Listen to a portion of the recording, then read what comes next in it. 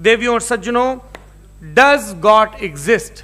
इस सवाल का जवाब सब अपने अपने तहीं खोजने की कोशिश कर रहे हैं। कोई इसको गॉड डैम पार्टिकल की खोज बताता है, कोई गॉड पार्टिकल की खोज बताता है, कोई हिग्स बोसान की खोज बताता है, कोई ये सवाल जवाब तलाशने की कोशिश करता है कि मास एग्जिस्टेंस में आखिर आया कैसे, हुआ क्या था, सृष्टि के पहले, समय के पहले क्या था। और कोई ये कहता है कि ये सारी खोजें जिस मस्तिष्क में हो रही हैं प्रकृति के क्रम में, वो कैसे विकसित हुआ। मैं उम्मीद करता हूं कि हम आज इन बुनियादी सवालों के कुछ जवाब हासिल करने में कामयाब हूं। मैं सबसे पहले मंच पर आमंत्रित कर रहा हूं मुफ्ती शमाइल नदवी साहब को। आइए सर। जी,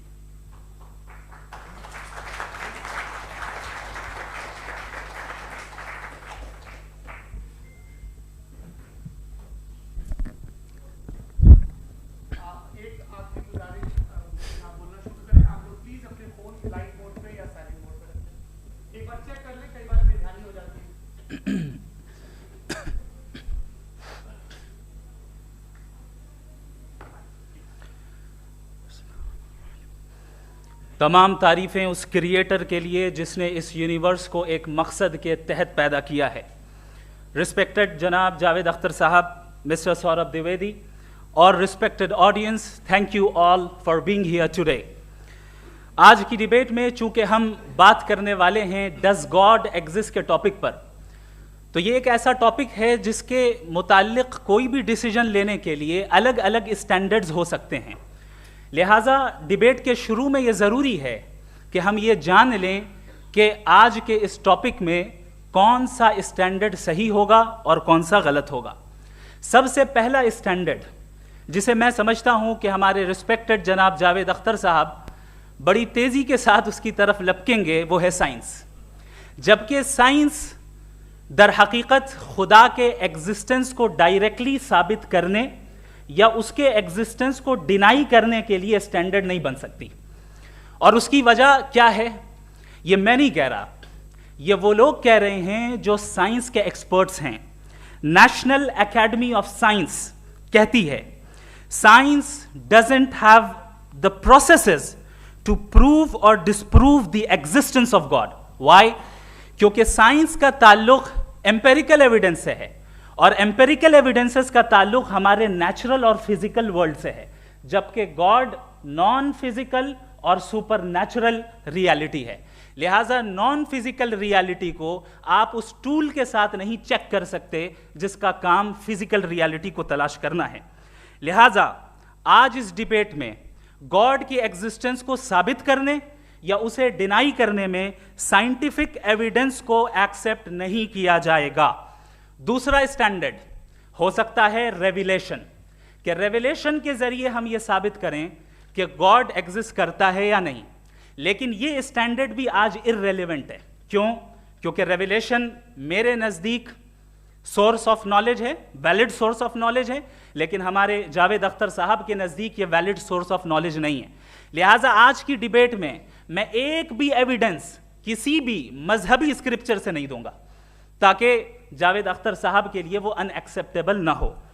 तीसरा जो मेयार हो सकता है वो है ऑब्जर्वेशन, कि भाई कोई कहे कि हमें खुदा दिखाओ, अगर है तो दिखाओ, या ये कि खुदा के एग्जिस्टेंस पर एम्पेरिकल एविडेंस दो, तो ये है दर हकीकत गलत टूल का इस्तेमाल करना। ये ऐसा ही है कि जावेद साहब मुझसे ये मुतालबा करें कि मुफ्ती साहब आप मेटल डिटेक्टर के जरिए प्लास्टिक डिटेक्ट करके दिखाएं। अब चूंकि प्लास्टिक डिटेक्ट नहीं हो पा रही है लिहाजा plastic does not exist. No, you are using the wrong tool. इस टूल से प्लास्टिक को डिटेक्ट नहीं किया जाता। लिहाजा मैं समझता हूं कि गॉड के एग्जिस्टेंस पर एम्पेरिकल एविडेंस का मुतालबा करना एक बचकाना मुतालबा है और हमारे रिस्पेक्टेड जनाब जावेद अख्तर साहब इस स्टेज से अब बहुत आगे निकल चुके हैं। अब बचता है एक ही स्टैंडर्ड और वो स्टैंडर्ड है अक्ल, लॉजिक, रीजनिंग। और यही वो स्टैंडर्ड है जिसके तहत गॉड की एग्जिस्टेंस को साबित किया जाएगा या गॉड की एग्जिस्टेंस को डिनाई किया जाएगा। लेकिन चूंकि ये बहुत इंपॉर्टेंट और सेंसिटिव टॉपिक है, इसलिए लॉजिकल आर्ग्यूमेंट भी ऐसा होना चाहिए जो डेफिनेटिव हो, इनडेफिनेटिव ना हो, जो 2 और 2 4 की तरह बिल्कुल वाजे हो, जिसे लॉजिकली रिजेक्ट करना पॉसिबल नहीं हो। फॉर एग्जाम्पल हम कहें हमारे रिस्पेक्टेड मिस्टर सौरभ साहब, ये एक इंसान है और तमाम इंसान कॉन्शियस बीइंग है, लिहाजा नतीजा क्या निकला, हमारे सौरभ साहब भी कॉन्शियस बीइंग है। क्या ये इनडेफिनेट आर्ग्यूमेंट है या डेफिनेट आर्ग्यूमेंट है? ये डेफिनेट आर्ग्यूमेंट है। ये 2 और 2 की तरह वाजे है, इसमें किसी तरह जो है लॉजिकली इसको रिजेक्ट नहीं किया जा सकता। तो अगर आज हमारे जावेद अख्तर साहब ऐसी कोई अकली दलील और लॉजिकल एविडेंस दें खुदा के ना होने पर जो डेफिनेट भी हो, तो मैं ये ऐलान करता हूं कि यकीनन मैं उस एविडेंस को कबूल करूंगा और उस पर गौर करूंगा। लेकिन साथ में यह भी ऐलान कर देता हूं प्रेडिक्शन के तौर पर कि ऐसा कोई डेफिनेट आर्ग्यूमेंट कोई नहीं पेश कर सकता। दलील हम देंगे और डेफिनेटिव दलील देंगे, लॉजिकल दलील देंगे, ऐसी दलील देंगे जो एंटायर एथिस्टिक वर्ल्ड उसे रेफ्यूट नहीं कर सकती। चलें अब हम एक एग्जाम्पल सोचते हैं, एक सिनेरियो, सिंपल सिनेरियो, तमाम ऑडियंस से गुजारिश है, हम और आप एक आइसोलेटेड आइलैंड पर हैं, ऐसा आइलैंड जहां पे हमसे पहले कोई कभी नहीं गया। चलते चलते आपके सामने अचानक आपने देखा एक पिंक कलर की बॉल पड़ी हुई है।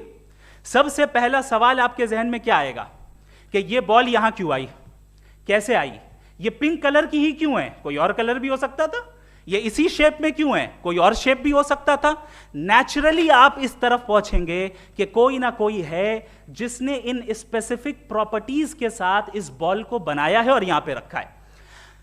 चूंकि आप जानते हैं कि ये जो बॉल है इसका एग्जिस्ट करना जरूरी नहीं है, ये एग्जिस्ट कर भी सकती थी, नहीं भी कर सकती थी, और एग्जिस्ट करना ही था तो किसी और फॉर्म में करती, किसी और कलर में करती। अब आप इस बॉल को एक्सपैंड करते चले जाएं, एक्सपैंड करते चले जाएं, एक्सपैंड करते चले जाएं, यहां तक कि ये बॉल यूनिवर्स के साइज की हो जाए। बताइए कि क्या साइज के बढ़ जाने से सवाल बदल जाएगा? हरगिज नहीं बदलेगा। अभी भी सवाल रहेगा, ये यूनिवर्स कहां से आया, इन स्पेसिफिक प्रॉपर्टीज के साथ कहां से आया, क्यों आया, किसने बनाया, ये सवाल उस वक्त भी वैलिड रहेगा। लेकिन ये सवाल अगर हम जनाब जावेद अख्तर साहब से करें तो चूंकि इनका वर्ल्ड व्यू एथिस्टिक है, और सिर्फ इनका नहीं, मतलब जितने भी एथिस्ट हैं और एथिस्टिक वर्ल्ड व्यू को रखने वाले से अगर आप ये सवाल करें कि ये यूनिवर्स कहां से आया, तो इनका जवाब या तो आर्ग्यूमेंट फ्रॉम इग्नोरेंस होगा या डॉगमेटिक होगा। या तो ये कहेंगे कि मुझे नहीं पता कि ये कहां से आया, लिहाजा गॉड डज नॉट एग्जिस्ट, ये आर्ग्यूमेंट फ्रॉम इग्नोरेंस है। या ये कहेंगे कि ये यूनिवर्स खुद ब खुद बन गया, इसका मतलब ये है कि उस बॉल को भी खुद ब खुद बन जाना चाहिए। लेकिन बॉल के ताल्लुक से ये एक्सप्लेनेशन एक्सेप्ट नहीं की जाएगी कि खुद ब खुद बन गई, लेकिन यूनिवर्स के ताल्लुक से कर दिया जाएगा। इसे हम दूसरे अल्फाज में डॉगमा भी कह सकते हैं। दूसरी चीज, हमारे जावेद अख्तर साहब जरूर गॉड ऑफ गैप्स की मिसाल भी जरूर देंगे, और मिसाल देंगे कि पहले ज़माने में बिजलियां कड़कती थी तो लोगों ने किसी एक खुदा की तरफ, और बारिश होती थी तो दूसरे खुदा की तरफ मंसूब कर दिया, उनके पास दलील नहीं थी। यह हमारा वर्ल्ड व्यू है ही नहीं, यह हमारा वर्ल्ड व्यू है ही नहीं, क्योंकि नेचुरल फिनोमेना के प्रोसेस की इंटरप्रिटेशन को जान लेने से यह कहां से साबित हो गया कि गॉड एग्जिस्ट नहीं करता है। इस पर मैं इंशाअल्लाह अभी आगे बात करूंगा। आप हजरात ये भी देखेंगे, और मैं ये एक्सपेक्ट करता हूं कि हमारे रिस्पेक्टेड जनाब जावेद अख्तर साहब जरूर इमोशनल आर्ग्यूमेंट्स भी देंगे, जो कि एक लॉजिकल फेलेसी है जब बात आती है ट्रुथ को डिसाइड करने में। क्यों? मिसाल के तौर पर वो कहेंगे कि अगर गॉड है तो ईविल क्यों एग्जिस्ट करता है, जबकि मैं कहता हूं ईविल का एग्जिस्ट करना गॉड के एग्जिस्ट करने की दलील है, उसके खिलाफ नहीं है। चूंकि अगर गॉड है तो हम सब उसके सामने अकाउंटेबल हैं, और अगर हम अकाउंटेबल हैं तो अकाउंटेबिलिटी के लिए ईविल का मौजूद होना जरूरी है, उसके बगैर हम अकाउंटेबल नहीं हो सकते। और अगर हम अकाउंटेबल नहीं हैं तो हम जनाब जावेद अख्तर साहब से पूछेंगे कि आप बताएं कि फिर सफरिंग इस दुनिया में क्यों है? अगर खुदा नहीं है तो सफरिंग क्यों है? और उन लोगों के जज्बे का क्या जिनके अंदर सफरिंग के बाद इंतकाम लेने का जज्बा पाया जाता है और वो इस दुनिया से ऐसे ही चले गए, क्या उनकी सारी तकलीफें बेकार चली जाएंगी? अब आ जाएं उसी एग्जाम्पल की तरफ कि बॉल, मुझसे अगर कोई पूछे इस बॉल को किसने बनाया और या इस एक्सपेंडेड बॉल को किसने बनाया, मैं कहूंगा कि चूंकि ये यूनिवर्स और इस यूनिवर्स की तमाम चीजें कॉन्टिंजेंट हैं। कॉन्टिंजेंट होने का मतलब ये होता है कि जो अपने एग्जिस्टेंस पे किसी के ऊपर डिपेंड करती हो, तो जाहिर है ये यूनिवर्स कॉन्टिंजेंट है। और अगर कोई चीज कॉन्टिंजेंट नहीं है तो मैं रिक्वेस्ट करूंगा कि मुझे दिखा दें कि कौन सी चीज यूनिवर्स में कॉन्टिंजेंट नहीं है, हम भी जरा गौर कर लें और हम भी देख लें। और जब कॉन्टिंजेंट चीजें मौजूद हैं तो फिलोसोफर्स की इस्तिलाह के मुताबिक, हम उस टर्मिनोलॉजी के मुताबिक, हम उस जगह तक पहुंचते हैं और उस हस्ती तक पहुंचते हैं जिसे नेसेसरी बीइंग कहा जाता है, कि ये वो नेसेसरी बीइंग है जिसका मौजूद ना होना नामुमकिन हो। क्योंकि अगर ये मौजूद ना हो तो सारी चीजें एग्जिस्टेंस में आएंगी ही नहीं, और ये सारी कॉन्टिंजेंट चीजें उसी के ऊपर डिपेंड करती हैं। अब अगर आप ये सवाल करते हैं कि फिर उस हस्ती को किसने बनाया, फिर उसका कॉज क्या है, फिर उसका कॉज क्या है, फिर उसका कॉज क्या है, और एंडलेसली चले जाएं, इसे हम कहते हैं इन्फिनिट रिग्रेस ऑफ कॉजेज, जो कि लॉजिकल फैलेसी है। कॉन्सेप्चुअली इंफिनिटी पॉसिबल है। मिसाल के तौर पे न्यूमेरिकल्स 1 2 3 गिनते चले जाएं, इन्फिनिट नंबर्स हैं। मैं कॉन्सेप्चुअली बात नहीं कर रहा, प्रैक्टिकली रियलिटी में साबित करके दिखाएं कि infinite regress of causes possible है या नहीं। अगर पॉसिबल है तो हम मान लेंगे, मिसाल दे दें, और पॉसिबल नहीं है तो एक ही ऑप्शन बचता है जिसे हम कहते हैं नेसेसरी बीइंग। ऐसी नेसेसरी बीइंग जो इंडिपेंडेंट है, क्योंकि अगर वो डिपेंडेंट हुई तो वो नेसेसरी नहीं रहेगी। ऐसी इंडिपेंडेंट बीइंग जो इटर्नल है, अगर वो इटर्नल नहीं होगी, उसकी बिगिनिंग होगी तो वो खुद कॉन्टिंजेंट है। ऐसी बीइंग जो पावरफुल है, क्योंकि कॉन्टिंजेंट को एक्चुअलाइज करने के लिए पावर चाहिए। ऐसी बीइंग जो इंटेलिजेंट है और नॉलेजेबल है, क्योंकि ये यूनिवर्स स्पेसिफिक फॉर्म और स्पेसिफिक लॉज ऑफ नेचर के तहत प्रिसाइजली चल रहा है। Thank you. थैंक यू मुफ्ती साहब। मैं इन दलीलों के बाद जावेद अख्तर साहब से गुजारिश करूंगा, आप बैठ के बोलना चाहेंगे या बाहर? जी।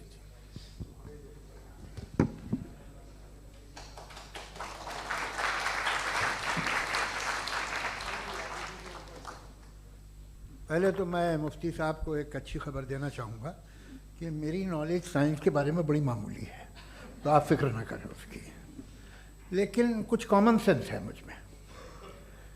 देखिए, ये खुदा का तस्वुर कोई नया तस्वुर नहीं है, ये सदियों से रहा है।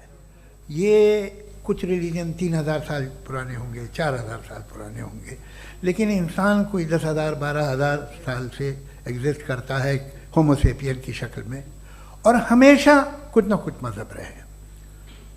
ये मज़हब जाहिलों के नहीं थे, ये मज़हब एक ऐसी ग्रीक सोसाइटी के थे जहाँ बड़े बड़े फिलोसफर्स पैदा हो गए। ये मज़हब इजिप्शियंस के थे जिन्होंने पिरामिड्स बनाए थे।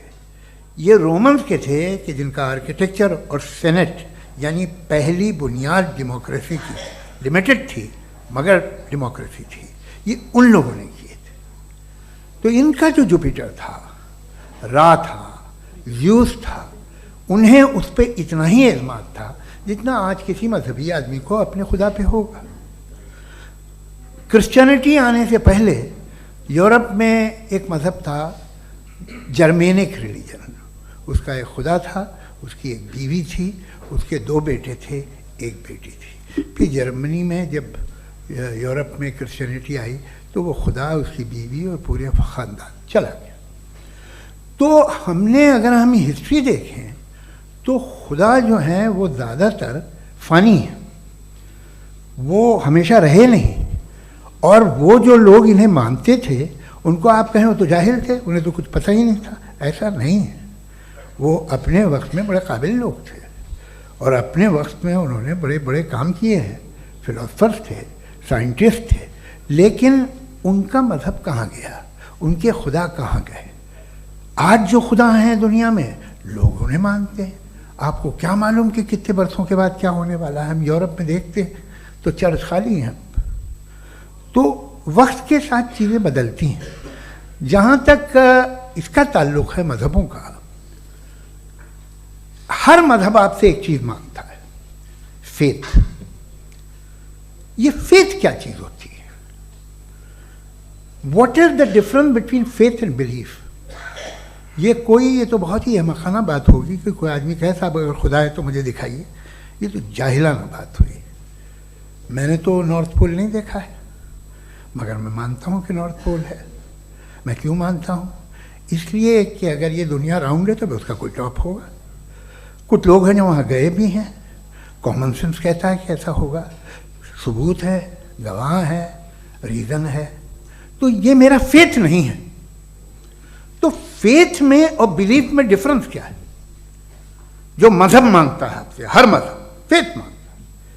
फेथ का मतलब ये है कि ना कोई गवाह हो, ना कोई सबूत हो, ना कोई रैशनल हो, ना कोई लॉजिक हो, ना कोई प्रूफ हो, मगर तुम एक बात को मानो। ये है फेथ। वरना बिलीफ होता। अगर इसमें कुछ भी सबूत होते, गवाह होते, तो फिर इसे आप बिलीफ कहते हैं। जैसे मेरा बिलीफ है कि नॉर्थ पोल है, मेरा फेथ थोड़ी है। फेथ इन तमाम शर्तों को रद्द करता है। तो फिर स्टुपिडिटी क्या है? अगर मैं एक बात ऐसी मानूं जिसकी ना कोई लॉजिक है, ना कोई रैशनल है, ना कोई प्रूफ है, ना कोई गवाह है, ना कोई सबूत है, और मैं उसे मानूं, तो ये स्टुपिडिटी हुई। इसे ही भाई कल को मैं यकीन कर लूं कि एलॉन मस्क जो है मेरा भाई है, तो मुझे इंतहाई खुशी होगी, सुकून भी बहुत मिलेगा मुझे। लेकिन और कहे भाई क्यों मानते हो, क्या सबूत है भाई, वो तो अमेरिकन है और तुम तो इंडियन हो, वो तो नस्ल अलग है, तुम्हें कभी मिले भी नहीं। साहब देखिए मेरा फेथ है, इस पर बात न किया। फेथ का मतलब ही यह है कि आप प्रूव नहीं कर सकते। अगर आप प्रूव कर सकते हो तो फेथ की जरूरत ही नहीं, फिर तो आप बात करेंगे, आप कितनी बहस कर लीजिए। अल्टीमेटली दुनिया का हर मजहब फेथ पे टिका है, और फेथ का मतलब है एक ऐसा यकीन जिसका कोई सबूत, कोई गवाह, कोई रैशनल नहीं। अब आप ये कहें, क्या आप ये क्यों कह रहे हैं कि साहब ये कायनात किसने बनाई? कमाल ये है कि आपने बताया कि एक आइलैंड पे गए और एक बॉल देखी। आपने ये नहीं कहा कि आइलैंड किसने बनाया, आपको सिर्फ बॉल पे हैरत हुई। हमने आइलैंड पे हमने हैरत नहीं की, होते हैं आइलैंड। इसी तरह ये आइलैंड है, सितारे, ये गैलेक्सीज, ये सब आइलैंड हैं, खला में। हम उन्हें टेकन फॉर ग्रांटेड लेते हैं, हम पूछते नहीं किसने बनाए। आपने जजीरे के बारे में भी नहीं पूछा है। मेरी पैदाइश कैसे हुई? क्या मैं प्लान्ड पैदा हुआ था? I was plan to be born, या एक लकी स्पर्म था जो किसी एक से चिपक गया? मेरी पैदाइश रैंडम। और इंसाफ जिसे आप कहते हैं, इंसाफ का तो नेचर से कोई वास्ता ही नहीं है। जो आप कहते हैं कि एक दिन इंसाफ मिलेगा, इंसाफ is a human concept, nature में कोई इंसाफ नहीं। अगर शेर हिरन को खा जाता है तो उसे कोई सजा नहीं मिलती। अगर एक आंधी आती है और हरे भरे पेड़ों को उखाड़ के फेंक देती है तो आंधियों की जेल नहीं होती है। नेचर में इंसाफ नहीं, इसलिए मुझे नेचर को इंसाफ की जरूरत भी नहीं। नेचर तमाम एक है। अब हम कहें कि साहब ये देखिए जो मैंने खाना खाया था, ये मेरी आंख तो नहीं यूं कर दिया उसे, तो इसे सजा मिलनी नहीं, वो सिस्टम है, ऐसे ही चल रहा है। नेचर बगैर इंसाफ के है। इंसाफ इज अ ह्यूमन कॉन्सेप्ट। तो जो आपसे कहता है कि मैं तुम्हें इंसाफ दूंगा, वो इंसानी जहन की पैदावार है। ये नेचुरल है ही नहीं, ये आसमानी है ही नहीं। नेचर का तसव्वुर, इंसाफ का तसव्वुर। भाई आप साथ मिलते हैं, अब आप लेफ्ट हैंड ड्राइव करते हैं, ये क्या है? तमाम सच, तमाम नेकी, तमाम शराफत लेफ्ट हैंड ड्राइव है। वरना क्या होगा, या तो आप क्रॉस कर देंगे, आपका एक्सीडेंट हो जाएगा, या आप किसी को मार देंगे, या ट्रैफिक जैम हो जाएगा। झूठ, बेईमानी, रिश्वतखोरी, ये तमाम जो है driving on the wrong side है। इसके ऊपर कुछ नहीं। ये तो हमने बनाया, जैसे हमने लेफ्ट हैंड ड्राइव बनाई है। ये कॉन्सेप्ट ऑफ इंसाफ जो है ये हमारा है, इसका नेचर से कोई वास्ता नहीं। शेर खा जाता है हिरन को, उसे जेल होती है क्या? कुछ भी नहीं, है ही नहीं। तो ये जो दुनिया के रिलीजन प्रॉमिस करते हैं आपसे इंसाफ, इसी से मालूम होता है कि ये मैन मेड है। ये तसव्वुर कहीं और का है ही नहीं। जो नेचर है, कुछ लोग कहते हैं नेचर ही खुदा है, तो नेचर में तो इंसाफ नहीं कहीं। और आप वादा कर रहे हैं कि तुम्हें मरने के बाद इंसाफ मिलेगा। मुझे अगर मिलेगा तो मैं बहुत खुश होऊंगा, लेकिन मैं यकीन नहीं कर पाता हूँ, इसलिए कि मैं फेथ नहीं पैदा कर सकता।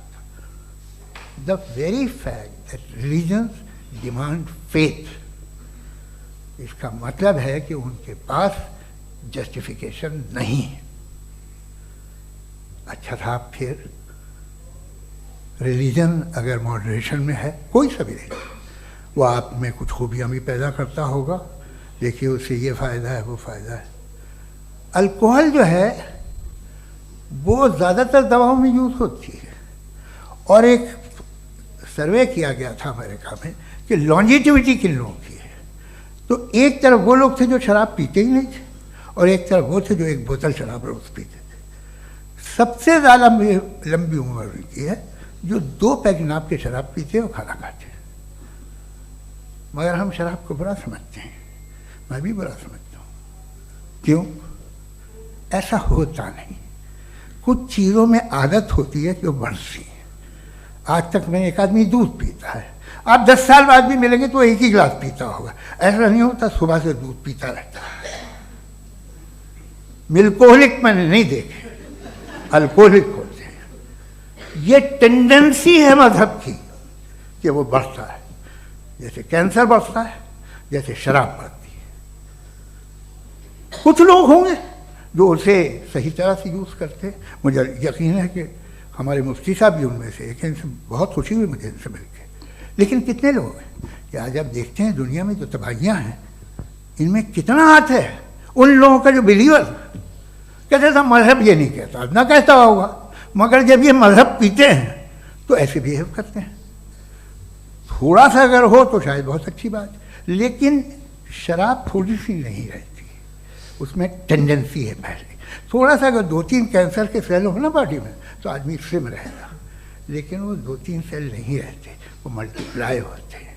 जावेद साहब टाइम पूरा हो गया। टाइम हो गया तो बस बात खत्म हो गई। अच्छा, मुझे कुछ और कहने को था भी नहीं। जी, मैं पहले जवाबी दौर के लिए इनवाइट कर रहा हूँ मुफ्ती साहब को। Your rebuttal round 1, you have 7 minutes.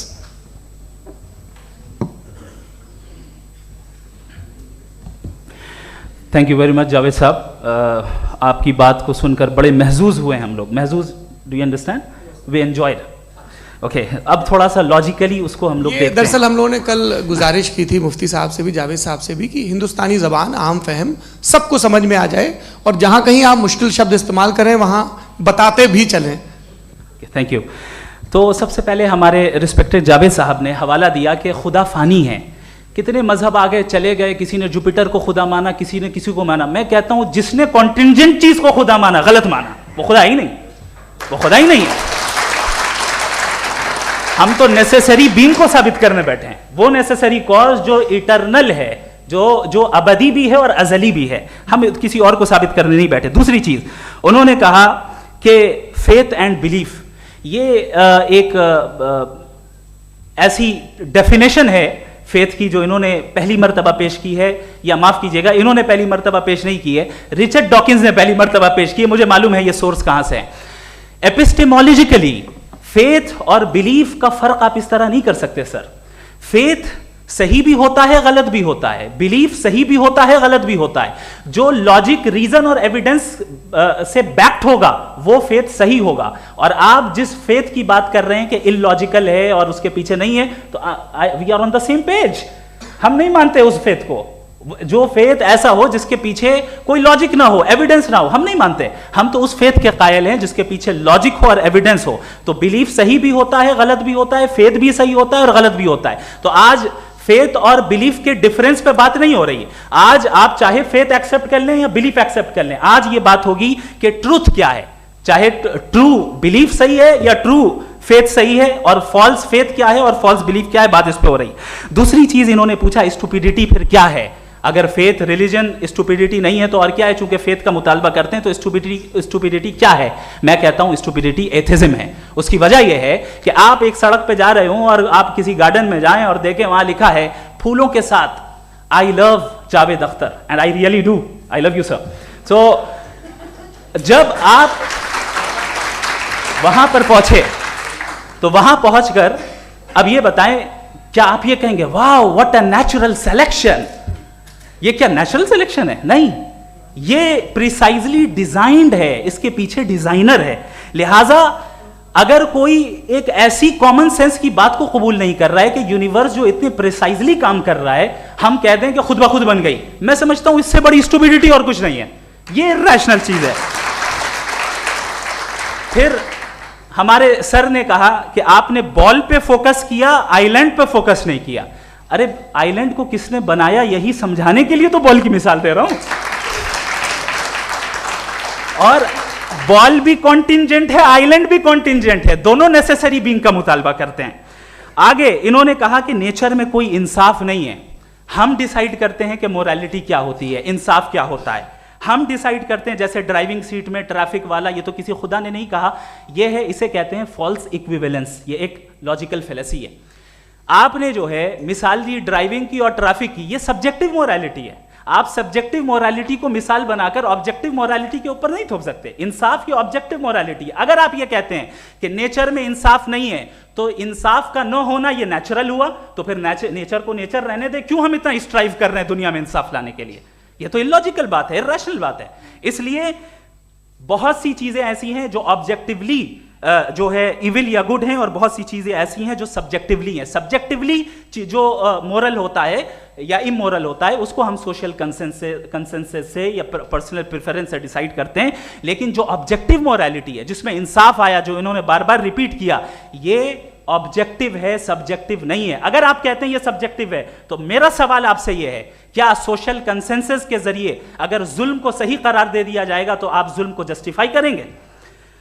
दूसरी चीज इन्होंने ये कहा कि 2 पैक शराब पी लें तो वो उतने पे नहीं रहता, बढ़ जाता है। यही मामला मजहब के साथ है, 2 पैक आप पी लें बढ़ेगा। तो ये एक ऐसी मिसाल है, इसको कहीं भी फिट कर लें कि आप एथिज्म पे जब फिट करें, जब आप 2 पैक एथिज्म का लेंगे ना, तो वो बढ़ बढ़ के नॉर्थ कोरिया बनेगा। Thank you.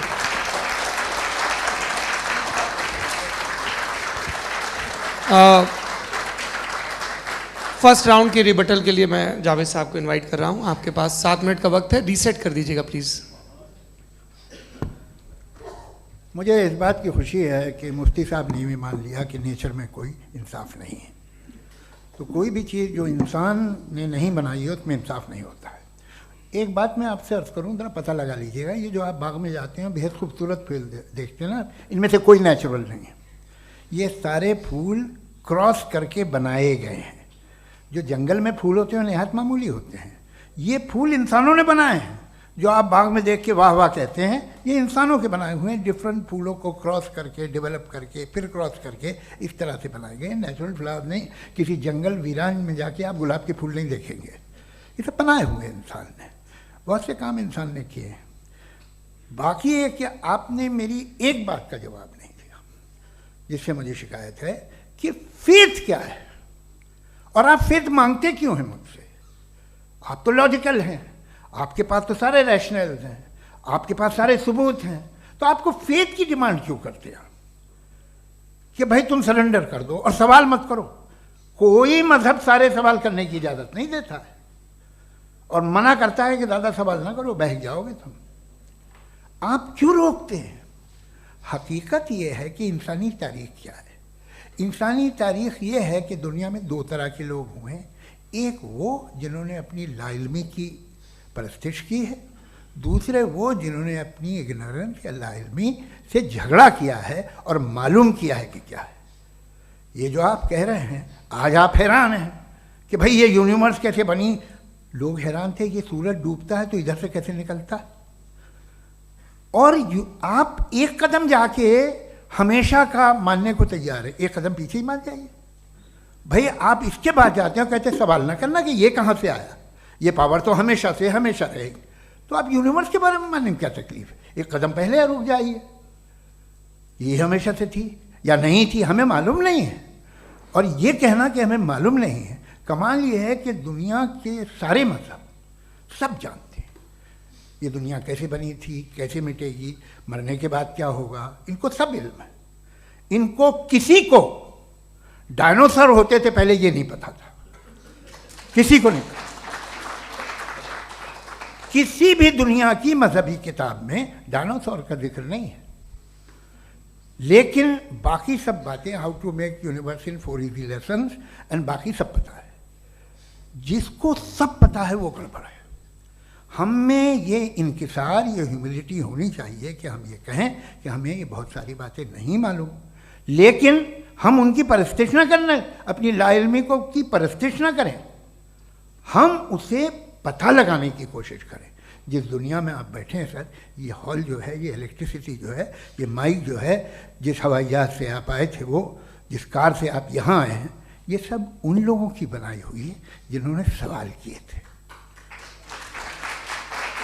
ये दुनिया जिसमें आप आज आराम से हैं, ये उन लोगों की बनाई है कि जिन्होंने सवाल किए थे, और हर स्टेज पे इन सवालों को मकरूह कहा गया था, गलत कहा गया था। आप जरा तारीख पढ़िए, एक बड़ी दिलचस्प किताब है बर्ट्रैंड रसेल की,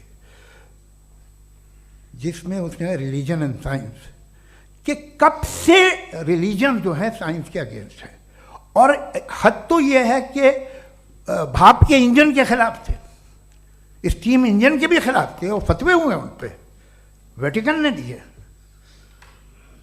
तो ये हमेशा, अभी जैसे ही ये राइट विंगर आते हैं अमेरिका में पावर में, तो वो जो अपना ये क्या बोलते हैं उसे, सीड क्या बोलते हैं, सीड क्या जो, हाँ नहीं सीड जो होते हैं जिन पे जी नहीं भाई, वो जो ह्यूमन बॉडी के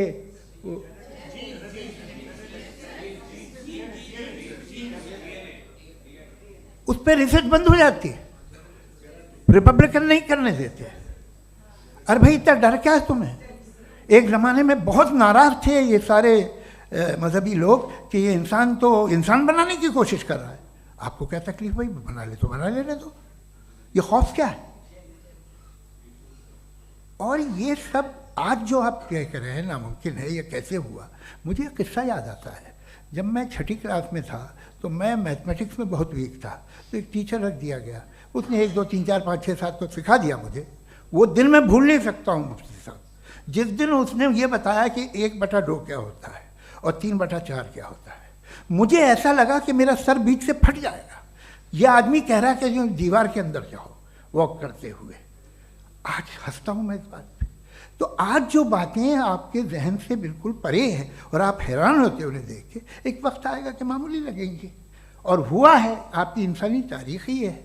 इतनी जल्दी सारे फैसले आप मत कर लीजिए, थोड़ा ये ह्यूमिलिटी रखिए कि भाई ये हमें नहीं मालूम। ये कहने में क्या है? ये यूनिवर्स कहाँ तक फैली, ये कब से है और कब तक रहेगी, हमें नहीं मालूम। आपने फैसला कर लिया कब बनी। ये आपके हिसाब से कोई 14 बिलियन ईयर बनी जो समझा जाता है। उससे पहले हजारों करोड़ों अरबों साल तक खुदा बैठा क्या कर रहा था? खामोश बैठा था, ऐसे ही जमाइयाँ ले रहा था। फिर उसे आइडिया है, यार एक काम करते, वक्त अच्छा गुजर जाएगा, यूनिवर्स पर आपसे सोचिए। वो तो हमेशा से है ना, मगर यूनिवर्स हमेशा से नहीं है, ये तो बनाई गई है। और उससे पहले क्या था, इनका क्या काम था? कैसी बात है, ये बड़ा आसान है। जो बात हमें आज धीरे धीरे पता चली है, बरसों 2000 और 2500 साल पहले आपको किसी ने बता दिया कि क्या था, आप मान गए, और तब से वही मान रहे हैं जो 2500 साल पहले कहा गया था। सब कुछ बदल गया है, सॉल्व हो रही हैं चीज़ें। अभी साइंस बिल्कुल दावा नहीं करती, या कोई फिलोसफर ये दावा नहीं करता कि हमें सब मालूम, बल्कि वो कहता है कि हमें जितना मालूम होता है उससे ये मालूम होता है कि हमें कितना कम मालूम। तो हम अपनी जहालत से लड़ें, उसकी परस्तिश न करें। जी, टाइम है। Thank you so much. मैं तर्कों की श्रृंखला में राउंड 2 के लिए मुफ्ती साहब को आमंत्रित कर रहा हूँ। आपके पास एक बार फिर से 7 मिनट का वक्त है। शुक्रिया। जनाब जावेद अख्तर साहब कई मर्तबा दोहरा रहे हैं कि फेथ का मतलब बताइए, फेथ का मतलब बताइए। मैंने बता दिया, फेथ सही भी होता है, गलत भी होता है। और आज हम फेथ पे बात नहीं कर रहे, हम ट्रुथ और डज गॉड एग्जिस्ट पे बात कर रहे हैं। क्या डज गॉड एग्जिस्ट, ये ट्रुथ यानी गॉड है या नहीं है, इसमें से दोनों ट्रुथ क्या है। अब आप उसे फेथ कह लें, बिलीफ कह लें, नॉट माई बिजनेस। उसके बाद आपने कहा कि भाई सवाल करने से मजहब रोकता है। मैं कहता हूं जो रोकता है वो रोकता होगा, मैं नहीं रोकता, बल्कि सवाल करें, सवाल करना चाहिए। सवाल कर करके तो हम आगे बढ़ते हैं, तरक्की करते हैं, और इसीलिए मैं आज यहाँ पे आया हूँ। लेकिन सवाल सिर्फ खुदा से नहीं होगा, आपसे भी होगा। सवाल एथिज्म से भी होगा, सवाल सिर्फ मजहब से नहीं होगा, सबसे होगा। और आज मैं सवाल करूंगा और उम्मीद है कि आप जवाब देंगे। अभी तक आपने वैसे कॉन्टिंजेंसी आर्ग्यूमेंट का कोई जवाब नहीं दिया। चलें, आपने कहा यूनिवर्स के बारे में इटर्नल क्यों नहीं बोल देते। ये चूंकि लॉजिकली पॉसिबल ही नहीं है कि यूनिवर्स इटर्नल हो। यूनिवर्स एक कॉन्टिंजेंट चीज है जो टाइम एंड स्पेस के पाबंद है, टाइम एंड स्पेस से बाउंड है। जो टाइम एंड स्पेस से बाउंड होगा वो कॉन्टिंजेंट होगा, जो कॉन्टिंजेंट होगा वो उसकी बिगिनिंग हुई होगी, जिसकी बिगिनिंग हुई होगी वो इटर्नल नहीं हो सकता। ये तो कॉमन सी बात है। आपने कहा कि किसी मजहबी किताब में डायनासोर का जिक्र नहीं है। अफसोस कि आज तक किसी मैथमेटिक्स के किताब में मुझे डायनासोर का जिक्र नहीं मिला। तो इसका मतलब मैथमेटिक्स की किताब बेकार है? नहीं, उसका वो टॉपिक नहीं है। रेवलेशन का और मजहबी किताबों का टॉपिक ये नहीं है कि आपको आके बताए साइकिल कैसे बनाते हैं, या आकर ये बताएं कि जो है डायनासोर कब था। वो तो मोरालिटी सिखाने आया है, गॉड के बारे में बताने आया, नॉन फिजिकल रियलिटी की हकीकत को सिखाने के लिए आया। रिलीजियन साइंस को रोकता है? नहीं रोकता। अगर रोकता है तो गलत करता है। रिलीजियन साइंटिज्म को रोकता है, जिसमें हमारे जावेद साहब मुब्तला हैं। साइंस और साइंटिज्म में फर्क है। साइंटिज्म यह है कि आप समझें कि साइंस और साइंटिफिक मेथोडोलॉजी ये नॉलेज को हासिल करने का वाहिद सोर्स ऑफ नॉलेज है। यह है साइंटिज्म। हम इसे रिजेक्ट करते हैं। हम साइंस को तो तरक्की करते हैं, भाई आप हमारी पूरी तारीख कर लें, पढ़ लें तो आपको पता चल जाएगा। बहरहाल ये अलग टॉपिक है। उसके बाद इन्होंने एक लफ्ज़ कहा, वेटिकन ने फतवा दिया। वेटिकन का फतवे से कोई ताल्लुक नहीं है, दोनों कॉन्ट्राडिक्टरी अल्फाज हैं। उसके बाद उन्होंने कहा कि भाई हमें नहीं मालूम। अगर नहीं मालूम तो क्लियरली कह देना कि नहीं मालूम है, इसमें क्या हर्ज है। तो वही तो मैं कह रहा हूं ना कि आप कह दें कि नहीं मालूम, लेकिन क्लेम क्यों कर रहे हैं कि गॉड एग्जिस्ट नहीं कर रहा है। आप कह दें नहीं मालूम है, हो सकता है हो सकता ना हो, लेकिन आप क्लेम कर रहे हैं। The moment you say god does not exist, this is a claim and now the burden of proof is upon you too, जैसे हमारे ऊपर है। और क्यों है मैं बताता हूं, क्यों है ये भी मैं बताता हूं। फिलोसॉफिकली जो क्लेम होता है ना, सिर्फ ये नहीं होता कि इंसान कहे पॉजिटिव क्लेम करे और नेगेटिव क्लेम करे तो बर्डन ऑफ प्रूफ नहीं है। आप मिसाल के तौर पे मैं कहूं कि फुला उस कमरे में कोई नहीं है, मैंने एक नॉलेज का क्लेम किया है। उस कमरे में कोई नहीं है, मैंने एक नॉलेज का क्लेम किया। या तो मैं कहूं मुझे नहीं पता, हो भी सकता है नहीं भी हो सकता है, this is not a claim. लेकिन जब मैं कह रहा हूं कि वहां कोई नहीं है या मैं कह रहा हूं वहां कोई है, दोनों क्लेम है और दोनों के ऊपर बर्डन ऑफ प्रूफ है। हमारे ऊपर भी बर्डन ऑफ प्रूफ है। मैंने कंटिंजेंसी आर्ग्यूमेंट दिया, इसे तोड़कर दिखाइए। आखिरी चीज, इन्होंने कहा कि खुदा दुनिया बनाने से पहले 150 साल पहले या करोड़ों साल पहले क्या कर रहा था। अरे हजरत, चलें बहरहाल मैं जवाब दे देता हूं। आप हमारे रिस्पेक्टेड पर्सनैलिटी हैं, अगर आप नहीं होते तो मैं इसे एंटरटेन ही नहीं करता। टाइम ये 100 साल पहले या 100 साल बाद, पहले बाद में अभी, ये वो अल्फाज हैं जिनका ताल्लुक टाइम से है। टाइम शुरू ही हुआ है यूनिवर्स की बिगिनिंग के बाद, तो उसके पहले खुदा क्या कर रहा था, सवाल इलॉजिकल है, ये फेलेसी है। यानी आप ये कह रहे हैं कि यूनिवर्स के बनने से पहले खुदा क्या कर रहा था। टाइम के बनने से पहले, पहले का ताल्लुक टाइम से, टाइम उस वक्त था ही नहीं, तो ये सवाल ही इनवैलिड है खुदा के ताल्लुक से। दूसरी चीज, आर्ग्यूमेंट ऑफ कंटिंजेंसी जो मैंने आपके सामने पेश की है, आपने बार बार ये प्रूफ किया और ये कह रहे हैं कि गॉड ऑफ गैप्स। देखिए पहले नहीं मालूम था, साइंस ने कर दिया। सिंपल की मिसाल से मैं समझा देता हूं। जिस गैप्स की आप बात कर रहे हैं ना, साइंस उन गैप्स को जिन चीज के जरिए भी प्रूव करेगा वो कॉन्टिंजेंट ही होगा। अब चाहे वो फोर्स हो, मैटर हो या एनर्जी हो। लिहाजा सवाल हमारा उस वक्त भी वैलिड होगा जब तक कि आप नेसेसरी बीइंग पे ना आ जाएं। और इन्फिनिट रिग्रेस पॉसिबल नहीं है of causes in practical world, तो जाहिर है कहीं रुकना पड़ेगा, जहां रुकेंगे वही खुदा है। दूसरी चीज, आपने ये कहा, क्या कह रहा था मैं, किस पॉइंट को? What? Oh no, after that, just now. हाँ, जहां रुकेंगे वही खुदा है। बहरहाल तो टाइम का जिक्र हो गया, गॉड ऑफ गैप, सॉरी, या इसकी एक मिसाल आप ले लें।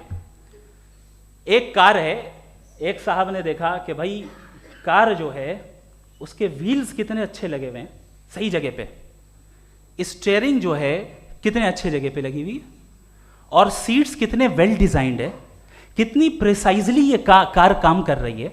तो तो ज़रूर कोई ना कोई इसे क्रिएट किया है, किसी ने क्रिएट किया है। अब जावेद साहब आए और कहे अरे जनाब बोनेट खोलिए, इसमें इंजन है, इंजन इस कार को चला रहा है, hence prove no one has created the car. This is illogical, this is irrational. आपने इंजन के जरिए उस गैप को तो साबित किया, लेकिन क्या उससे कार की जो क्रिएशन है और उसका जो क्रिएटर है ये इम्पॉसिबल हो जाए? ऐसा पॉसिबल है? उसका सवाल खत्म हो जाए, ऐसा पॉसिबल है? नहीं।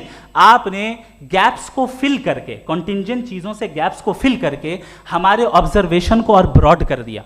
अब हमें और पता चल गया कि ये जो कार है इसका सिस्टम कितना ज्यादा कॉम्प्लेक्स है। पहले कम समझते थे, अब कॉम्प्लेक्सिटी और ज्यादा वाजे हो गई। अब हमें समझ में आ रहा है कि हमारी सर्टेनिटी और बढ़ गई कि जरूर इस कार को किसी ना किसी ने बनाया। यही मामला यूनिवर्स का है। साइंस हमेशा फिजिकल वर्ल्ड की चीजों को ही फिल करती जाएगी और फिजिकल चीजों से ही करती जाएगी, चूंकि एम्पेरिकल एविडेंस का ताल्लुक फिजिकल वर्ल्ड से है।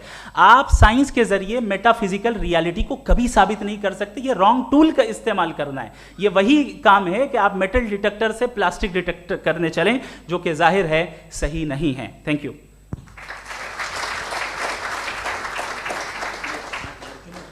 जी, ये आर्ग्यूमेंट का राउंड 2 है। हाँ। 7 मिनट है। पहले तो मैं आपसे अर्ज करूं कि आपने कहा कि जब कायनात ही नहीं थी तो वक्त भी नहीं था, कुछ भी नहीं था। कैसे नहीं था? खुदा था। एक एग्जिस्टेंस तो था ना खुदा का। तो जब खुदा था तो वक्त भी होगा। ऐसा नहीं है कि कुछ भी नहीं था, खुदा था। अच्छा, बाकी है कि आपने कहा साहब आप साबित कीजिए, आपके पास भी लॉजिक है या मेरे पास भी लॉजिक है। आप मेरा जिम्मेदारी नहीं है साबित करना कि खुदा है।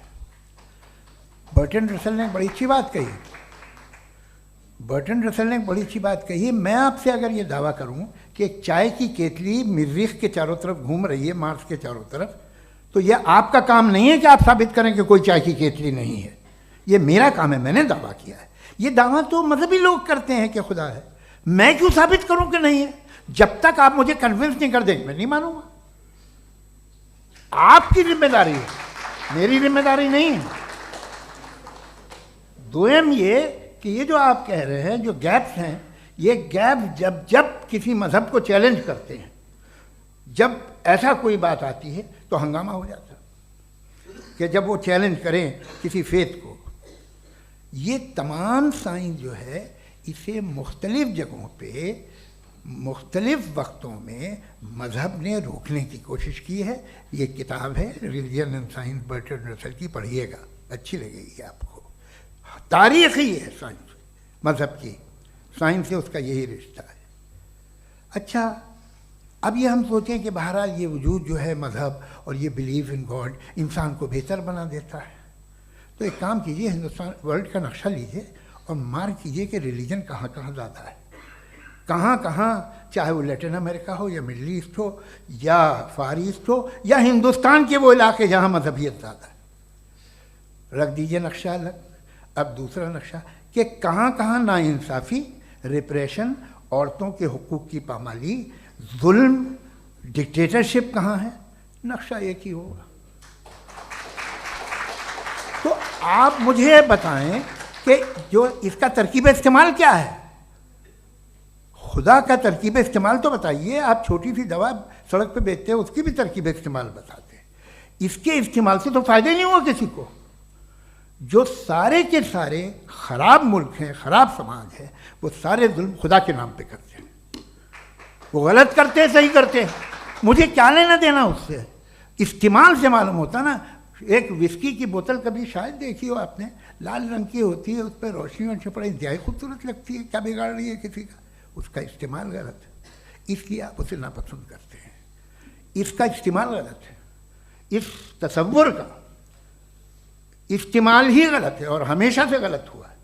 आप देख लीजिए, इंसानी तारीख देख लीजिए, आज देख लीजिए, हिंदुस्तान देखिए, दुनिया देख लीजिए, क्या हो रहा है। इसे कैसे इस्तेमाल कर रहे हैं फेथ वाले लोग? क्या फेयर हैं, जस्ट हैं, जो अपने खुदाओं पे यकीन रखते हैं? वो किस तरह के लोग हैं?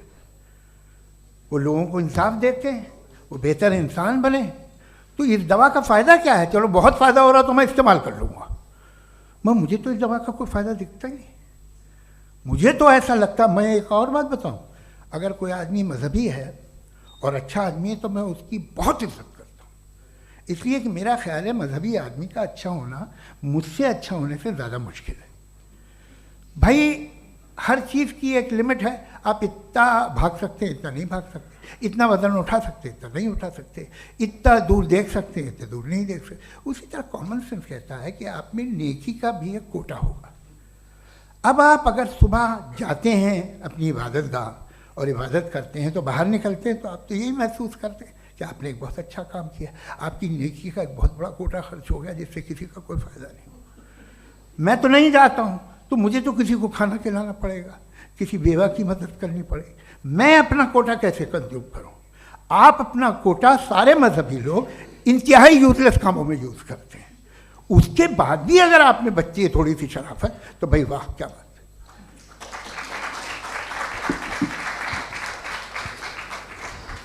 एक तो मुझे ये बात बहुत अच्छी लग रही है कि दोनों ही विद्वान समय को मानते हैं और बहुत समय से अपनी दलीलें और बाज दफ़ा समय से पहले अपनी तकरीरें पूरी करके अपनी अपनी कुर्सी पर बैठ रहे हैं। ये इस आर्ग्यूमेंट का राउंड 2 पूरा हुआ। अब रिबटल का राउंड 2 है और उसके बाद क्रॉस एग्जामिनेशन होगा। नहीं, आपका आर्ग्यूमेंट हो गया सर। हमारे यहाँ स्कूल के सिलेबस में पंच परमेश्वर कहानी पढ़ाई जाती है, प्रेमचंद जी की लिखी हुई। आप निश्चिंत रहिए, आपके कोई राउंड में मिस नहीं होने दूंगा। रिबटल का राउंड 2, मुफ्ती शमाइल नदवी साहब।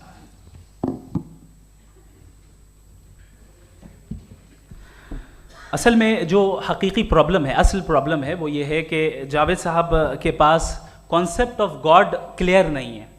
इन्होंने कहा कि कायनात से पहले खुदा तो था, तब भी तो टाइम होगा। ये टाइम कायनात का हिस्सा है। हम खुदा, उस खुदा को मानते हैं, नेसेसरी बीइंग का टाइमलेस होना ज़रूरी है, चूंकि वो टाइम का क्रिएटर है। जब उसने टाइम को क्रिएट किया तो वो खुद टाइम पे कैसे होगा? उसने जब स्पेस को क्रिएट किया तो खुद स्पेस में कैसे होगा? अगर वो टाइम एंड स्पेस को पहले से ही उसका पाबंद है तो फिर किस चीज़ को उसने क्रिएट किया? लिहाजा ये सवाल गलत है कि खुदा था तो टाइम होगा। बिल्कुल नहीं, टाइम के पाबंद हम हैं, खुदा नहीं है। हम फिजिकल वर्ल्ड से ताल्लुक रखते हैं, वो मेटाफिजिकल रियलिटी है। दूसरी चीज़ इन्होंने मिसाल दी कि चाय की केतली हवा में घूम रही होगी, और पता नहीं शायद वो बर्टन रसल का उन्होंने हवाला दिया। बहरहाल यही प्रॉब्लम है। प्रॉब्लम यही है कि हम चीज़ों के दरमियान डिफ्रेंशिएट नहीं कर पाते हैं। ये जो आपने मिसाल दी ये इमेजिनेशन है, और मैं जो साबित कर रहा हूं वो लॉजिकल नेसेसिटी है। आप इमेजिन करने आए तो कुछ भी करें, जुपिटर में पिंक एलिफेंट होगा, यूनिकॉर्न होगा, करें, उससे कायनात पे क्या फर्क पड़ता है? उससे आप लॉजिकल नेसेसिटी साबित नहीं कर सकते। मैं तो उस प्राइम कॉज की बात कर रहा हूं, उस नेसेसरी बीइंग की बात कर रहा हूं जिसके बगैर इस कायनात का एग्जिस्टेंस मुमकिन नहीं है। दूसरी चीज, मजहब को साइंस चैलेंज करती है वगैरह वगैरह, ये हमारा टॉपिक ही नहीं है। मैं इस पर बात करूंगा तो फिर मेरा वक्त चला जाएगा। मजहब के ऊपर चूंकि हमारी डिस्कशन नहीं है, साइंस को मजहब और बिलखुसूस मैं और हमारा वर्ल्ड व्यू कम अज़ कम साइंस को पीछे नहीं करता है, साइंटिज्म की मजम्मत करता है। इसकी वजाहत मैंने पहले कर दी।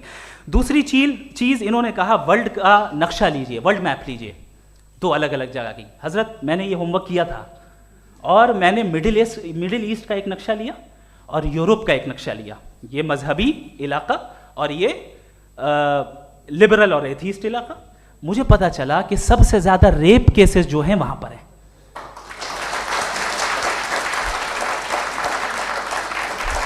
मुझे ये पता चला यूएन की रिपोर्ट के मुताबिक, मैं ये अपने घर से नहीं लेके आ रहा, कि जो वर्किंग वुमेन है यूरोपियन कंट्रीज में, उसमें 81% वुमेन सेक्सुअल हैरेसमेंट का वर्क में शुमार हो रही है। ये मिडिल ईस्ट में नहीं हो रहा है, वो मजहबी लोग हैं इसलिए नहीं हो रहा है। दूसरी चीज, आपने ये कहा कि मजहबी आदमी का अच्छा होना हमारे अच्छे होने से बहुत मुश्किल है, बहुत मुश्किल है। तो इसका मतलब यह है कि गॉड के अलावा आपके पास अच्छे और बुरे का कोई स्टैंडर्ड है। मैं चाहूंगा कि कन्वर्सेशनल स्टाइल वाली डिस्कशन और सेगमेंट पे इसी पे बात कर लेते हैं। Thank you very much.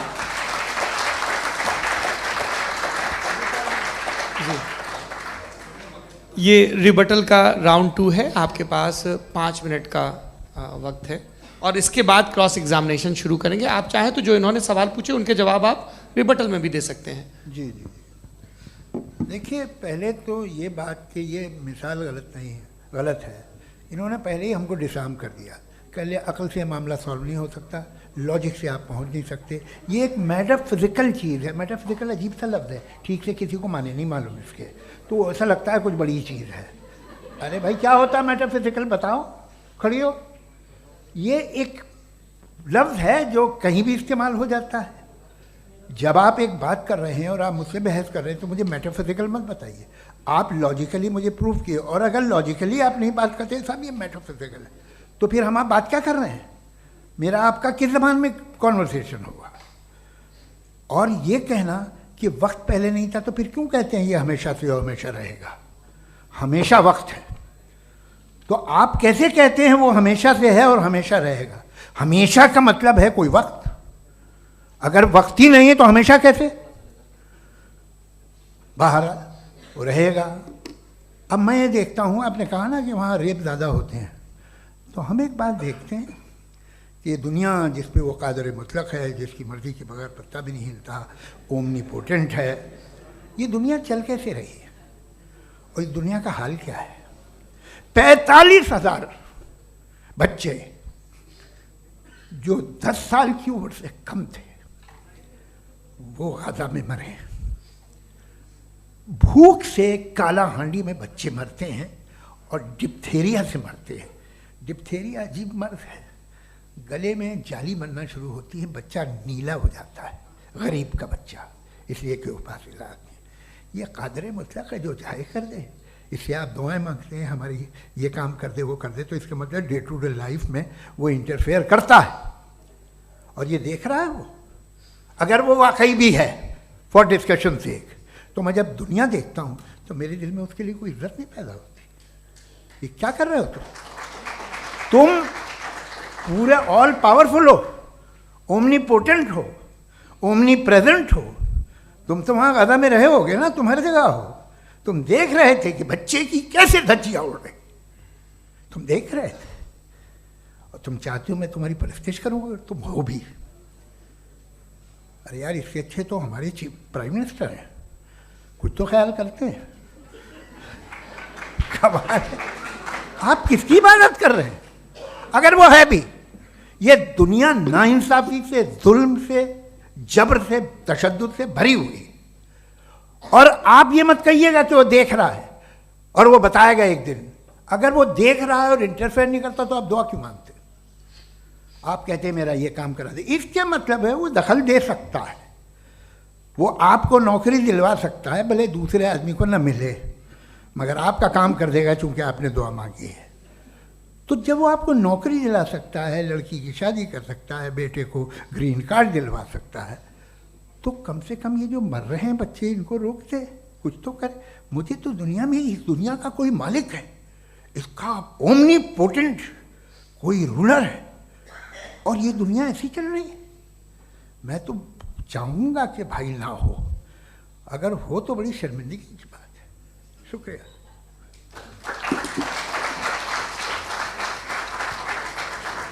देवियों और सज्जनों, इस बहस के 2 राउंड और 2 रिबटल पूरे हो चुके हैं। अब सबसे ज़रूरी और सबसे मुश्किल राउंड शुरू हो रहा है, क्रॉस एग्जामिनेशन का। अब इन विद्वानों की सज्जनता की एक परख भी होगी और वक्त हमने 16 मिनट का तय किया है। पहला सवाल आप पूछना चाहेंगे? जी बिल्कुल। पहले बोले भी आप। आप माइक ले लीजिएगा हाथ में, ये नीचे से ऑन कीजिए। जी मैं बोलता हूँ, ये डायस हटा सकते हैं क्या हम थोड़ा क्विकली? डायस पीछे कर दीजिए बस थोड़ा सा, है, ताकि ये जो दाएं बाएं लोग बैठे हैं, इसे हटा ही दीजिए। अब हम वहाँ तो जाने वाले नहीं, आराम से आराम से दोनों तरफ से हटा दीजिए।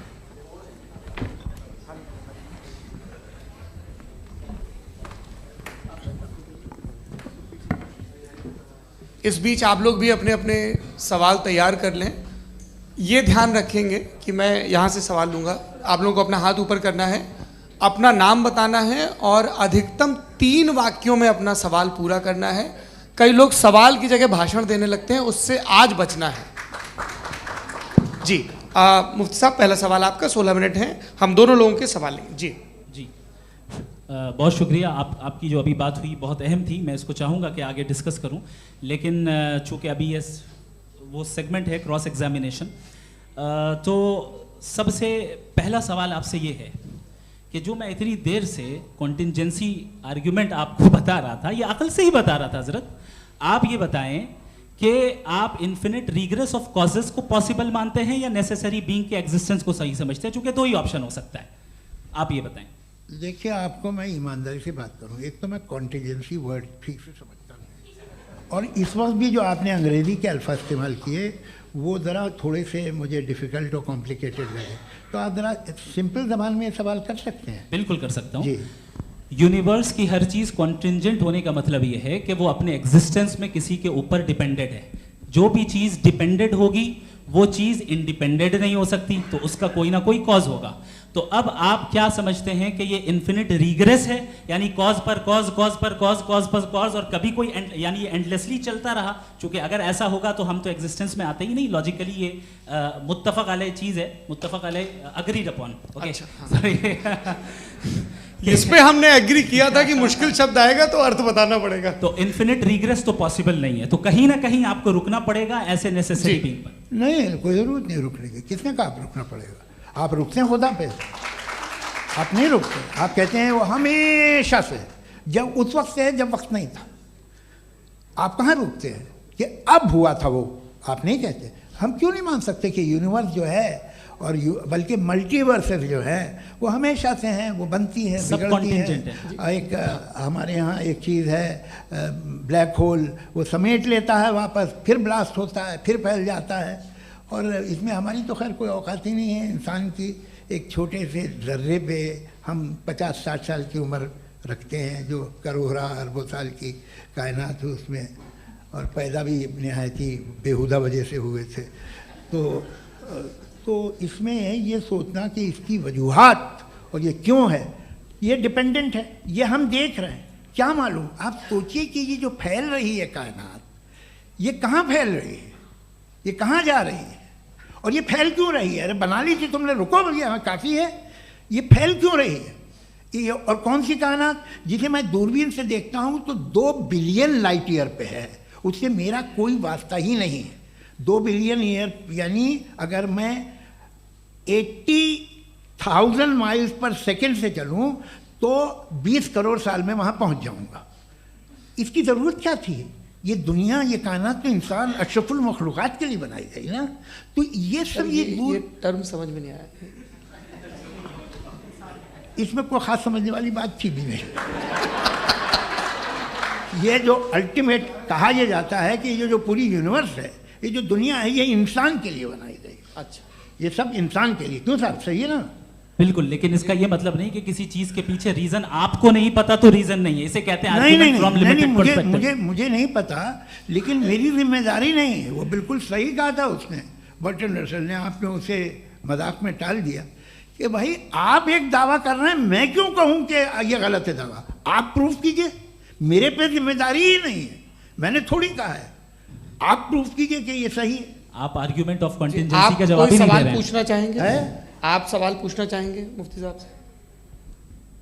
क्योंकि ये क्रॉस एग्जामिनेशन का दौर है। आप जैसे पहले बोल रहे थे फेथ को लेके कुछ, मैं ये पूछना चाहूँगा कि खुदा ने जो भी रेवलेशन किए हैं, एक मज़हब के नहीं बहुत से मज़हबों में किए हैं, अलग अलग रेवलेशन है। कहीं कुछ एक बातें हैं, कॉन्ट्रडिक्शन भी है आपस में, कहीं कुछ आप कर सकते हैं, कहीं कुछ नहीं कर सकते। ऐसा नहीं है कि सबकी कोड ऑफ मॉरल एक है। तो ये किस्सा क्या है?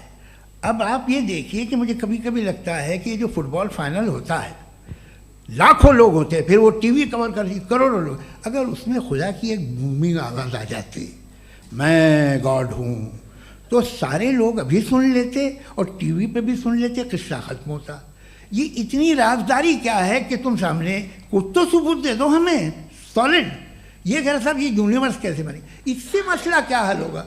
मैं पूछूंगा आपसे खुदा कैसे बना? क्यों नहीं पूछूंगा कैसे बना?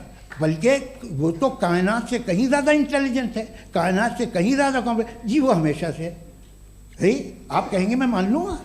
अच्छा, दोयम वो कादिर मुतलक, यानी कादिर मुतलक का मतलब ओमनीपोटेंट, वो जो चाहे कर सकता है। आपको नौकरी दिलवा सकता है, आपकी अच्छी जगह शादी करवा सकता है, आपके पड़ोसी आपका मुकदमा हरवा सकता है, आपको जिता सकता है, सब काम करता है। थोड़ा सा माइक क्लोज जी। वो इस दुनिया को चला कैसे रहा है, ये दुनिया कैसे चल रही है, आपको इस पर हैरत नहीं होती?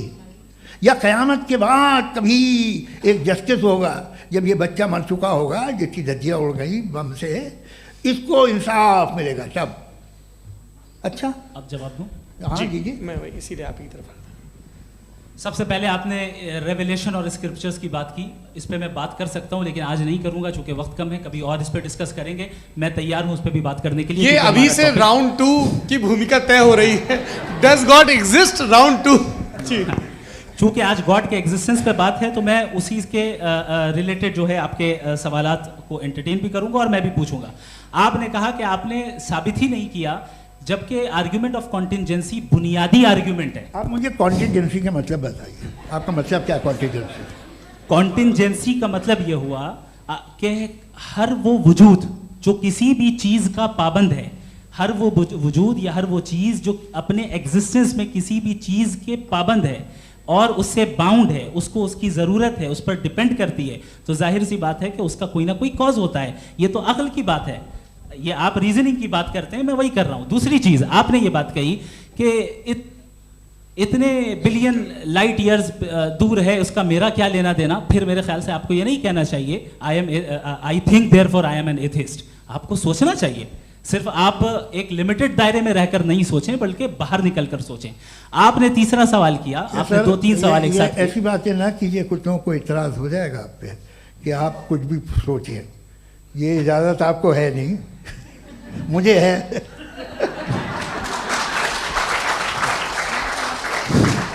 जी। आपने प्रॉब्लम ऑफ इविल के ताल्लुक से सवाल किया और बार बार आप एक लफ्ज रिपीट कर रहे हैं कि ओमनीपोटेंट गॉड है, ऑल पावरफुल गॉड है। यही तो दरअसल समझना है कि गॉड का कॉन्सेप्ट क्या है। प्रॉब्लम ऑफ इविल जो है, प्रॉब्लम ऑफ इविल दर हकीकत 2 असम्पशंस पर कायम है। अगर आप इन 2 असम्पशंस को समझ जाएं तो ये प्रॉब्लम नहीं रहेगी, आर्ग्यूमेंट आपको समझ में आ जाएगी कि ये कोलैप्स कर जाता है। पॉइंट नंबर 1 यानी जो आपका सबसे पहला फॉल्स असम्पशन है कि गॉड मर्सीफुल है, ओमनीपोटेंट है, दुनिया में जुल्म हो रहा है। लेकिन आपको ये समझना चाहिए कि हमारे वर्ल्ड व्यू के मुताबिक गॉड सिर्फ ओमनीपोटेंट और सिर्फ मर्सीफुल नहीं है, बल्कि वो ऑल वाइज भी है और वो ऑल नोइंग भी है। उसके हर काम के पीछे हिकमत और विजडम है। ये कोई जरूरी नहीं है कि वो हिकमत और विजडम आपको समझ में आए या मुझे समझ में आए। अगर आप जो समझ रहे हैं उसके मुताबिक आप फैसला कर रहे हैं, ये लिमिटेड पर्सपेक्टिव से आर्ग्यूमेंट है। और इस चीज को हम अपनी दुनिया में, अपने लाइफ में, डेली लाइफ में इस प्रिंसिपल को एक्सेप्ट करते हैं। हम जब किसी डॉक्टर के पास जाते हैं, डॉक्टर के पास जाकर वो अगर उसने हमें कोई दवाई दी है तो हम ये तो नहीं कहते कि जब तक आपके पास जितना नॉलेज और जितना विजडम नहीं है, आपने क्यों ये दवाई दी है, तब तक हम इस चीज को एक्सेप्ट नहीं करेंगे। नहीं कहते, हम उसकी अथॉरिटी को तस्लीम करते हैं। क्यों? क्योंकि उसकी हम जानते हैं कि वो नॉलेजेबल है, वो विजडम वाला है, हमसे ज्यादा नॉलेज और हमसे ज्यादा विजडम है। बताएं सर। नहीं, डॉक्टर में और खुदा में बड़ा डिफरेंस है। डॉक्टर पढ़ा लिखा होता है एक, तो मैं उसकी बात सुनूंगा। 2 ये नहीं कुछ जवाब तो ये भी नहीं है सर। प्लीज आप अगर सब ऑडियंस से बोलने लगेंगे तो फिर मतलब नहीं सिविलाइज्ड बहस का। मतलब आप ये कहें कि चूंकि आप डॉक्टर पे बिलीव करते हैं इसलिए खुदा पे बिलीव किए, क्या ये मिसाल आपको समझाने के लिए आर्ग्यूमेंट है, इस पे आपको एतराज नहीं है। तो सिंपल बात ये है कि मैं अगर ये यकीन कर लूँ कि एक ओमनीपोटेंट, उसकी मसलहत है, ये जो बच्चे मर रहे हैं ये मसलहत है उसकी, मुझे नहीं चाहिए इसकी मसलहत। उसकी मसलहत नहीं, यही तो समझना है। मतलब एक्सपीरियंस। अच्छा, इस आपने अभी मेरी बात पूरी सुनी नहीं। मैंने कहा आपका पूरा आर्ग्यूमेंट 2 फॉल्स असम्पशंस पर है। एक फॉल्स असम्पशन मैंने बता दिया, दूसरा फॉल्स असम्पशन ये है कि इस दुनिया में इविल के होने का कोई गुड रीजन नहीं है, जबकि हमारे पास बाज रीजंस मौजूद हैं, हमारे पास बाज वजूहात मौजूद हैं। अगर इस दुनिया में इविल ना हो तो आप गुड को डिफाइन कैसे करेंगे? अगर जुल्म ना हो आप इंसाफ को समझेंगे कैसे? अगर तारीकी ना हो तो आप लाइट को समझेंगे कैसे? बहुत अच्छे। अभी और सुन लें, अभी और बाकी है। ये तो बात बहुत पसंद आई साहब मुझे कि जब तक रेप ना हो तब तक औरतों की इज्जत का ख्याल आपने मेरा जवाब पूरा सुना ही नहीं। जब तक के बच्चों का कत्ल ना किया जाए तब तक आपको बच्चों की मासूमियत की इज्जत। आपने पूरा जवाब सुना ही नहीं। क्या बात है, क्या आपने नुक्ता निकाला? आपने पूरा जवाब सुना ही नहीं। आप सुन लें, मेरी बात सुन लें। ये मैंने आपको एक चीज बताई। दूसरी चीज, इस दुनिया में हम आए हैं टेस्ट के लिए, हमारा टेस्ट हो रहा है और हर इंसान का अलग अलग अंदाज में टेस्ट होता है। और इस दुनिया में अगर इविल मौजूद है तो वो इविल जरिया है हमारे अंदर ह्यूमन नोबल क्वालिटीज को डेवलप करने का और अलग अलग फील्ड में प्रोग्रेस करने का। और अगर हमारे अंदर और इस दुनिया में इविल नहीं होता तो बताइए टेस्ट का मतलब क्या होता? अगर मैं अपने स्टूडेंट को एमसीक्यूज दूं और उसमें सिर्फ राइट आंसर लिख कर दे दूं और कहूं तुम्हारा टेस्ट हो गया, ये मीनिंगलेस है। इस दुनिया में अगर हम टेस्ट के लिए आए हैं तो जाहिर है गुड एंड इविल दोनों मौजूद है। बताइए। तो अगर गुड एंड इविल दोनों मौजूद है तो ये इविल भी खुदा का बनाया हुआ है? जी हाँ, खुदा का बनाया हुआ है। लेकिन अच्छा, चलो अच्छी बात। जी बिल्कुल, तो बिल्कुल खुदा ने बनाया। अभी तो ये है कि जो मेजॉरिटी है दुनिया में वो इविल है, तो ये खुदा एक्चुअली इविल के साइड पे लग रहा है मुझे। बिल्कुल भी नहीं, मैं बताता हूं। मेजॉरिटी में तो वो है। क्या बात कर रहे हैं भाई आप? मैं बहुत कोई भी जो मुंसिफ होगा, चाहे आपका अपना घर हो जिसके आप सबसे बड़े हैं, चाहे आपकी ऑर्गेनाइजेशन हो जो आप चलाते हैं, वहां पर आप इविल रखेंगे साबित करने को कि बाकी लोग शरीफ हैं? मेरी बात सुनिए। क्या ये आर्ग्यूमेंट ही गलत है? अगर कि जब तक के कोई इविल नहीं होगा तब तक के शरीफ आदमी शरीफ नहीं लगेगा। अगर एग्जामिनर गलत ऑप्शन दे रहा है तो एग्जामिनर इविल नहीं हो गया, जो गलत ऑप्शन को सेलेक्ट कर रहा है वो फेल होगा। क्रिएटर ने इविल को बनाया है लेकिन वो इविल नहीं है। अच्छा सुनिए मेरी बात, हाँ। Let me complete sir. जी जी। क्रिएटर ने इविल को बनाया है टेस्ट के लिए, वो इविल नहीं है। इविल वो होगा जो उसे इख्तियार करेगा। छुरी को बनाने वाला गलत नहीं होता है, छुरी का गलत इस्तेमाल करने वाला गलत होता है। रेप को कैसे गलत इस्तेमाल करते हैं? रेप इंसान के फ्री विल का नतीजा है। ये रेप कैसे गलत इस्तेमाल होता है? ये मुझे अब सुन ले, अब सुन ले। गलत इस्तेमाल होता है। हाँ मैं बता रहा हूँ ना, कैसे गलत इस्तेमाल? मैं बता रहा हूँ जी। कि जो इविल इस दुनिया में मौजूद है उसके कई सारे तरीके हैं। एक तरीका इंसान का अपना फ्री विल है। अब अगर कोई रेपिस्ट रेप कर रहा है तो इसका गॉड का कसूर नहीं है, वो अपने फ्री विल का गलत इस्तेमाल कर रहा है, उसको सजा मिलनी चाहिए। अच्छा। और उसी के लिए जहन्नम बनाई गई है। ये फ्री विल का भी बड़ा चक्कर। आप जब कोई बुरा काम करते हैं या कोई बुराई होती है तो ये कहा जाता है कि ये फ्री विल है। 7 billion free wills are moving on this planet. 7 billion free will. और एक आदमी अपनी फ्री विल से मुझे कत्ल कर दे तो मैं खुदा की मर्जी से मरा हूँ कि इसकी फ्री विल की वजह से? मेरी मौत खुदा के हाथ है या ये फ्री विल वाले के हाथ है? खुदा ने फ्री विल का निजाम बनाया है और उस निजाम का गलत इस्तेमाल करके कोई आपको मार रहा है, इस्तेमाल करके मेरा कत्ल कर देता है। अब मेरी मौत का जिम्मेदार कौन है? वो इंसान जिम्मेदार है। वो इंसान। जी। तो ये कहना कि और उसको सजा मिलेगी। तो अब आप आगे चलिए कि ये तय करना कि अल्लाह ही या अल्लाह ने खुदा ही जिंदगी देता है, खुदा ही मौत देता है, ये गलत है। बिल्कुल गलत नहीं है। हाँ, नहीं, निजाम उसी ने बनाया फ्री विल का। निजाम मौत और हयात का उसी ने बनाया। You are contradicting yourself. अभी आपने कहा कि एक आदमी ने फ्री विल से आपको मार दिया, इसमें उसे फ्री विल दी गई थी, उसने गलत इस्तेमाल किया। 7 billion free wills are moving on this planet और आप चाह रहे हैं कि मैं सिर्फ खुदा का ध्यान करूं। ये 7 बिलियन फ्री विल्स को मुझे लुक आफ्टर करना पड़ेगा कि नहीं? ये तो तबाहियां कर रही हैं और तबाहियां ज़्यादा हो रही हैं। बिल्कुल। तो अगर आप बताएं अगर खुदा नहीं है फॉर एग्जाम्पल, तो आप इविल को कैसे डिसाइड करेंगे? यानी how can you define evil objectively without God? देखिए दुनिया में 2 तरह के जानवर हैं। एक जो अकेले रहते हैं जंगल में और एक जो ग्रुप्स में रहते हैं। ग्रुप में जो भी रहेगा, चाहे वो आपका फाउंडेशन हो, चाहे कोई क्लब हो, चाहे कोई पॉलिटिकल पार्टी हो, चाहे कोई यूनिट हो, उसमें आपको इंटरैक्ट करने के रूल बनाने पड़ेंगे। यानी लोग तय करेंगे। लोग तय करेंगे। अगर लोगों ने ये तय किया कि किसी का रेप करना सही है, आप जस्टिफाई करेंगे? नहीं, आपका फाउंडेशन तो ये हो गया ना कि लोग ही विल डिसाइड करेंगे। नहीं। अरे दुनिया में ऐसे ग्रुप्स हैं जो रेप को जायज़ मानते हैं सर्टेन हालात में। मैं डिटेल में नहीं जानूंगा, आप भी जानते हैं। ये जो आईसिस वाले थे जिन्होंने क्या किया था, तो उन्होंने क्या किया उसका खुदा से कोई ताल्लुक नहीं है सर। मैंने सिंपल सवाल किया कि इविल को आप डिफाइन करते कैसे हैं? आइए वापस आइए जी। आप साथ में तभी रह सकते हैं जब कुछ आप ऐसे उसूल डेवलप करें जिसमें हर एक का बेसिक तहफ़्फ़ुज़, हर एक का बेसिक राइट हो और हर एक को कोई आराम मिले। यही तरीक़ा है किसी भी ऑर्गेनाइजेशन जिसमें एक से ज़्यादा लोग हैं और वो ऐसे चलती है ज़िंदगी। उसमें अगर आप गड़बड़ करेंगे तो तबाही होगी, नुकसान होगा, बर्बादियाँ आएंगी। और अगर उसमें आप घर ले लीजिए ना, एक हस्बैंड है, एक वाइफ है, बच्चे हैं, वालदा भी हैं, 2 बहनें भी हैं, एक भाई भी है। अब इसमें कोई निज़ाम आपको चाहिए साथ में रहने का, और एक दूसरे पे भरोसा रहे, एक दूसरे के बहीख्वाह हों, एक दूसरे की मदद करें, ऐसी जिंदगी। सर आपकी बात आ गई, आप ये कह रहे हैं कि लोग डिसाइड करेंगे क्या सही है क्या गलत है, यही है मेजॉरिटी डिसाइड करेगी क्या सही है क्या गलत है? अरे भाई बिल्कुल। मेजॉरिटी अगर ये कहे कि नाजी जर्मनी के साथ जिस तरह मेजॉरिटी थी कि जेनोसाइड करना सही, आप जस्टिफाई करेंगे? उस वक्त आपका ये सवाल सिर्फ उसके बाद क्लोजिंग। हाँ, उस वक्त प्लेनेट पे जो लोग थे, उनमें कितने लोग हिटलर को सही समझते? अच्छा, प्लेनेट की मेजॉरिटी तय करेगी, सोसाइटी की नहीं। प्लेनेट की मेजॉरिटी गॉड के एग्जिस्टेंस को सही मानती है, आप क्यों नहीं मानते?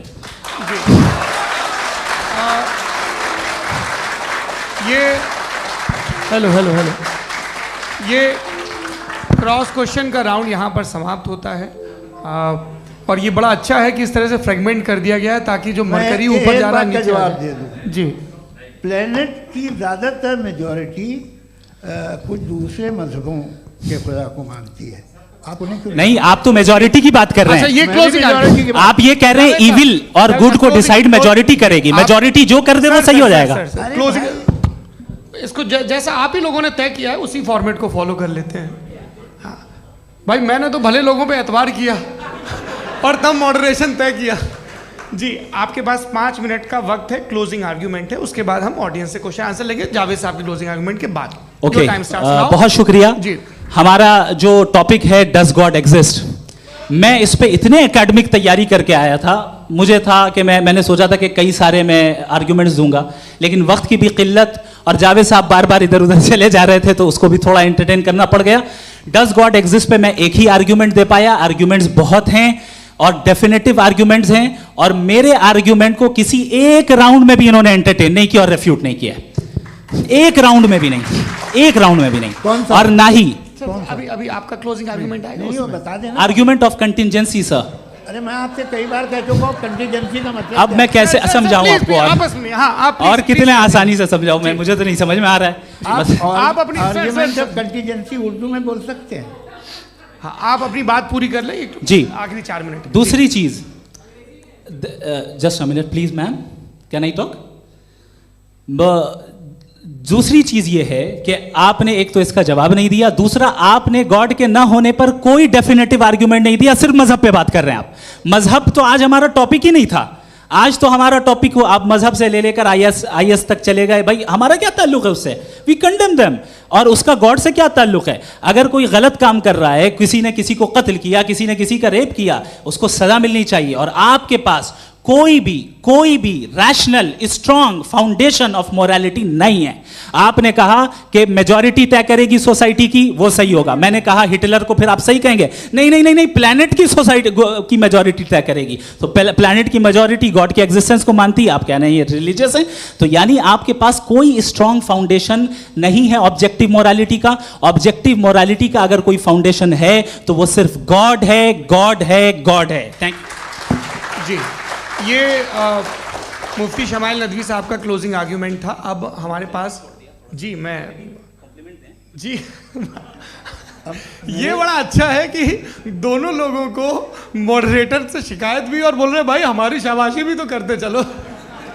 अब मेरी बात जी, आपके पास जावेद अख्तर साहब 5 मिनट का वक्त है, ये आपका क्लोजिंग आर्ग्यूमेंट है, टाइम रीसेट कर दें जी। देखिए, बहुत सारी बातें हैं। गॉड का डेफिनेशन दुनिया के किसी भी रिलीजन में है कि वो ओमनीपोटेंट है, ओमनीप्रेजेंट है, he is just, he is kind, he loves you and so on. मैं जब दुनिया देखता हूँ तो मुझे कोई ऐसा सुप्रीम पावर यहाँ दिखाई नहीं देती है जो इंसान की बहबूदी के लिए कुछ कर रही हो, कमज़ोर को बचा रही हो, मदद कर रही हो, जालिम को पीछे हटा रही हो। मैं नहीं देखा, तारीख़ में नहीं। एक तो अगर है और ये देख रहा है तमाशा, तो उसका होना न होना बराबर है। दोयम ये कि ये जो है, जब आप ये कहते हैं कि कायनात जिसकी कंटीजेंसी है, मैं देखिए वो लफ्ज़ इस्तेमाल किया मैं, तो ये कैसे हो सकती है भाई? और फ़ौरन आप सरेंडर कर देते हैं कि जाहिर है कि इसका बनाने वाला तो इससे 10,000 गुना ज़्यादा कॉम्प्लिकेटेड होगा। उस पर आपके होने पे कोई इतराज़ नहीं है। उसे वो टाइमलेस है, वो पहले से था, टाइम तो बहुत बाद में आया, ये सब आप मानने को तैयार है, जिसका आपके पास कोई सबूत नहीं, आपके पास कोई रीज़न नहीं है। आपकी तारीख क्या है मज़हबों की, बिलीफ की, जो खुदाओं का बिलीफ है, ये कॉन्स्टेंटली गलत साबित होता रहा है। मतलब आप कहें कि अरिस्टोटल के ज़माने में तो सब जाहिल थे, वो भी इतने ही यकीन से खुदा पे यकीन रखते थे, जो अब नहीं रहा, ये भी नहीं रहेगा, आप लिख लीजिए। और इसके आसार आपको दुनिया में दिखाई देना शुरू हो चुके हैं। ये बहस क्या आज से 100 साल पहले इस तरह हो सकती थी? यहाँ तक तो आपको हम ले आए हैं। तो सर अरे इनको मदद की ज़रूरत नहीं भाई, ये सेल्फ सफिशिएंट आदमी है, आप क्यों इनकी मदद कर रहे हैं? Sir please. तो ये जो है तमाम बातें अपनी जगह हैं। ये एक पैकेज है। आप अकेले, कोई आदमी ऐसा नहीं जो सिर्फ गॉड को मानता हो, उसके साथ बहुत पैराफर्नेलिया आता है, अलग अलग पैराफर्नेलियाज आते हैं। They have always created chaos in the society. मैं तो आपको सीधा ऑफर देता हूँ कि दुनिया में 10 इम्पॉर्टेंट बिलीव्स हैं। आप 1 मानते हैं, 9 नहीं मानते, 9 में आप एथियस्ट हैं, 9 को आप बिल्कुल रीजनेबली मेरी तरह देखते हैं। तो 90 मजहबी आदमी भी 90% एथियस्ट है, वो दूसरे खुदा नहीं मानता, एक खुदा मानता है अपना वाला, बाकियों को कहता है गलत है। अगर आप मानना ही बंद कर दें तो आपका 10% चांस है कि आप सही हैं और 90% चांस है कि आप गलत हैं। मेरा मशवरा है आप मानना छोड़ दिए तो 50% चांस होगा कि आप सही हैं और 50% चांस होगा, 40% आप गेन करेंगे बाय बिकमिंग एन एथियस्ट।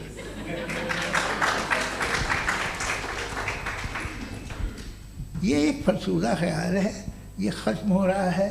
हो सकता है मेरी ज़िंदगी में ना हो, लेकिन ये हो जाएगा। जो बातें ये इनको आप मेटाफिज़िकल ये वो ऐसे रिस्पेक्टेबल टर्म दे दिए, ये तो उन लोग के हैं जिन्हें ना फिज़िक्स मालूम थी ना मेटा मालूम था, ये उन्होंने आपको दिए हैं। जी बहुत शुक्रिया आप दोनों लोगों का। और अब इस बातचीत का आखिरी राउंड शुरू होगा, डज गॉड एग्जिस्ट की ये बहस मुफ्ती शमाइल नदवी और जावेद अख्तर साहब के बीच। आप लोग अपने अपने हाथ ऊपर करेंगे, मैं यहाँ से तय करूँगा। और माइक हमारे पास है क्या? एक ही माइक है ऑडियंस के लिए? 2 माइक है, एक इस तरफ एक इस तरफ, ठीक है। तो जी सबसे पहले हमारी सहयोगी हैं मारिया शकील जी, पूछिए सवाल। थोड़ा सा रुकेंगे ताकि कैमरे का फ्रेम आप पर आ जाए, आपकी तो प्रैक्टिस है टीवी की। जी नदवी साहब, मैं खुदा को मानती हूँ, पहले मैं इसी प्रमाइस से शुरू कर रही हूँ और ये बता रही हूँ आपको, मैं मानती हूँ। लेकिन कुछ सवाल हैं जो जावेद साहब ने उठाया, उसका जवाब आपको देना चाहिए। पहला सवाल ये कि गज़ा में सालों से छोटे बच्चे मर रहे हैं, वो उनको, अगर खुदा मर्सीफुल है, हम मानते हैं कि अल्लाह ताला में बहुत ताकत है, तो वो बच्चे क्यों मर रहे हैं? दूसरी बात ये कि अगर कंटिजेंसी की जो आप बात करते हैं, पूरे मुस्लिम ममालिक मिल कर के भी उन गज़ा के बच्चों को क्यों नहीं बचा पा रहे हैं? क्योंकि अगर वो चाहते, क्योंकि अल्लाह ताला उन पर हुकूमत करते हैं, सब पर हुकूमत करते हैं, तो वो उनको क्यों नहीं बचा? जी थैंक यू वेरी मच। बहुत अच्छा किया आपने इस चीज़ को जिक्र कर दिया, मैं इसको और अच्छे से एक्सप्लेन करने की कोशिश करता हूँ।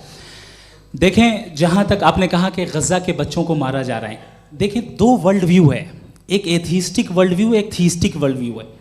बच्चे मर रहे हैं दोनों वर्ल्ड व्यू में, लेकिन हमारा वर्ल्ड व्यू कह रहा है कि रिकॉम्पेंस है, ये कह रहे हैं कि उनका मरना बेकार जाने वाला है, कोई उसका रिकॉम्पेंस नहीं है, चूंकि इनके यहाँ आखिरत और अल्लाह का कोई तसव्वुर या गॉड का कोई तसव्वुर नहीं है।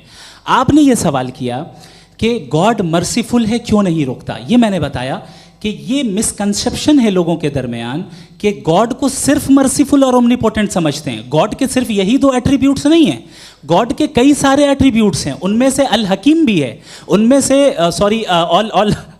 ऑल वाइज भी है, ऑल नोइंग भी है। लिहाजा अगर इस दुनिया में किसी को तकलीफ आ रही है और गॉड उसको नहीं रोक रहा है, वो इसलिए नहीं रोक रहा है चूंकि इंसानों को फ्री विल दिया गया है।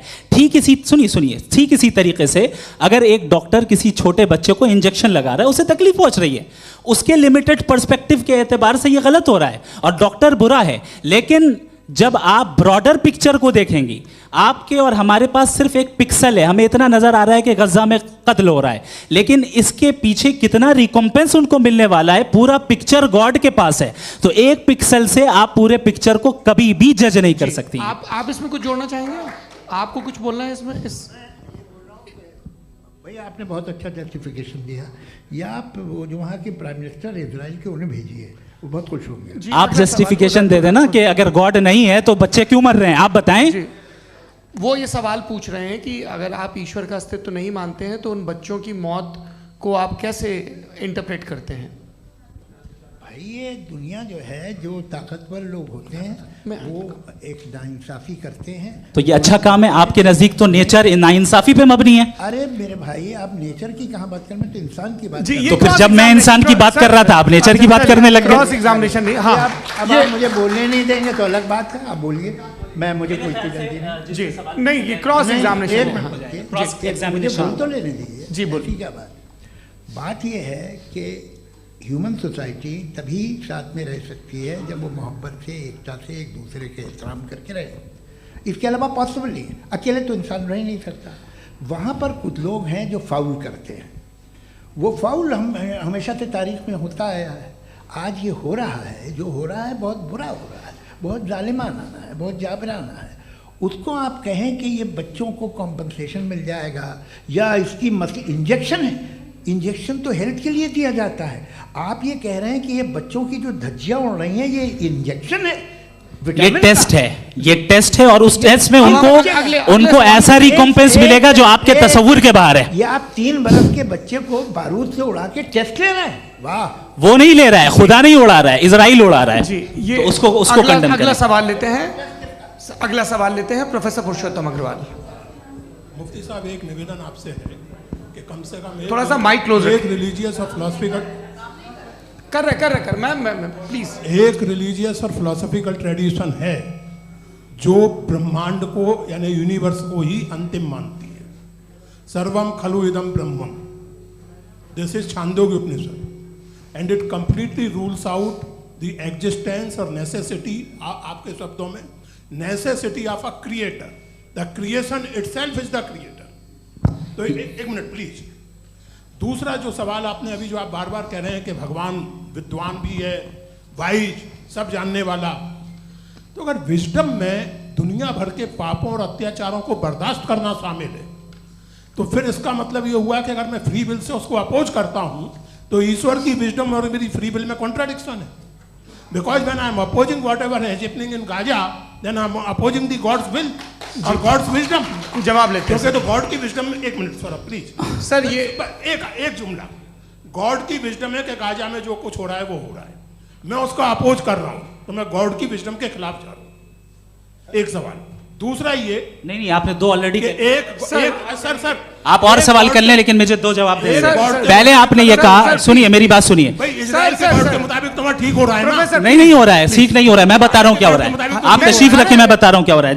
Late me complete please. एक सेकंड गाइस, एक सेकंड। ये देखिए, ऐसा है कि ये सब बड़ा आपस में विचार विमर्श के बाद ये तय हुआ था कि कुछ नियम बना लिए जाएं ताकि एक टाइम बाउंड बातचीत चले। और भाई साहब, आप बड़ा ज़रूरी काम कर रहे हैं लेकिन कैमरे के फ्रेम में आके उस काम को गड़बड़ कर दे रहे हैं।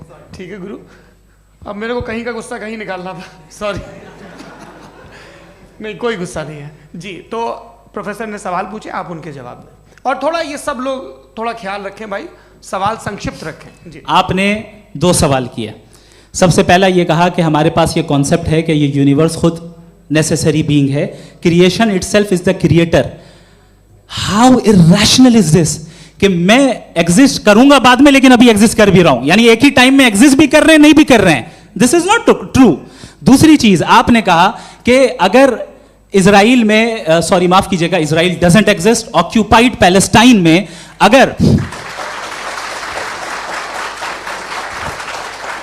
अगर ऑक्यूपाइड पैलेस्टाइन में बच्चों को मारा जा रहा है फ्री विल की वजह से और गॉड नहीं रोक रहा, ये कॉन्ट्रडिक्शन है। ये बताइए कि एक एग्जाम में एक बच्चा गलत आंसर लिख रहा है, सुनिए, एग्जामिनर चाहे तो रोक सकता है, क्यों नहीं रोक रहा है?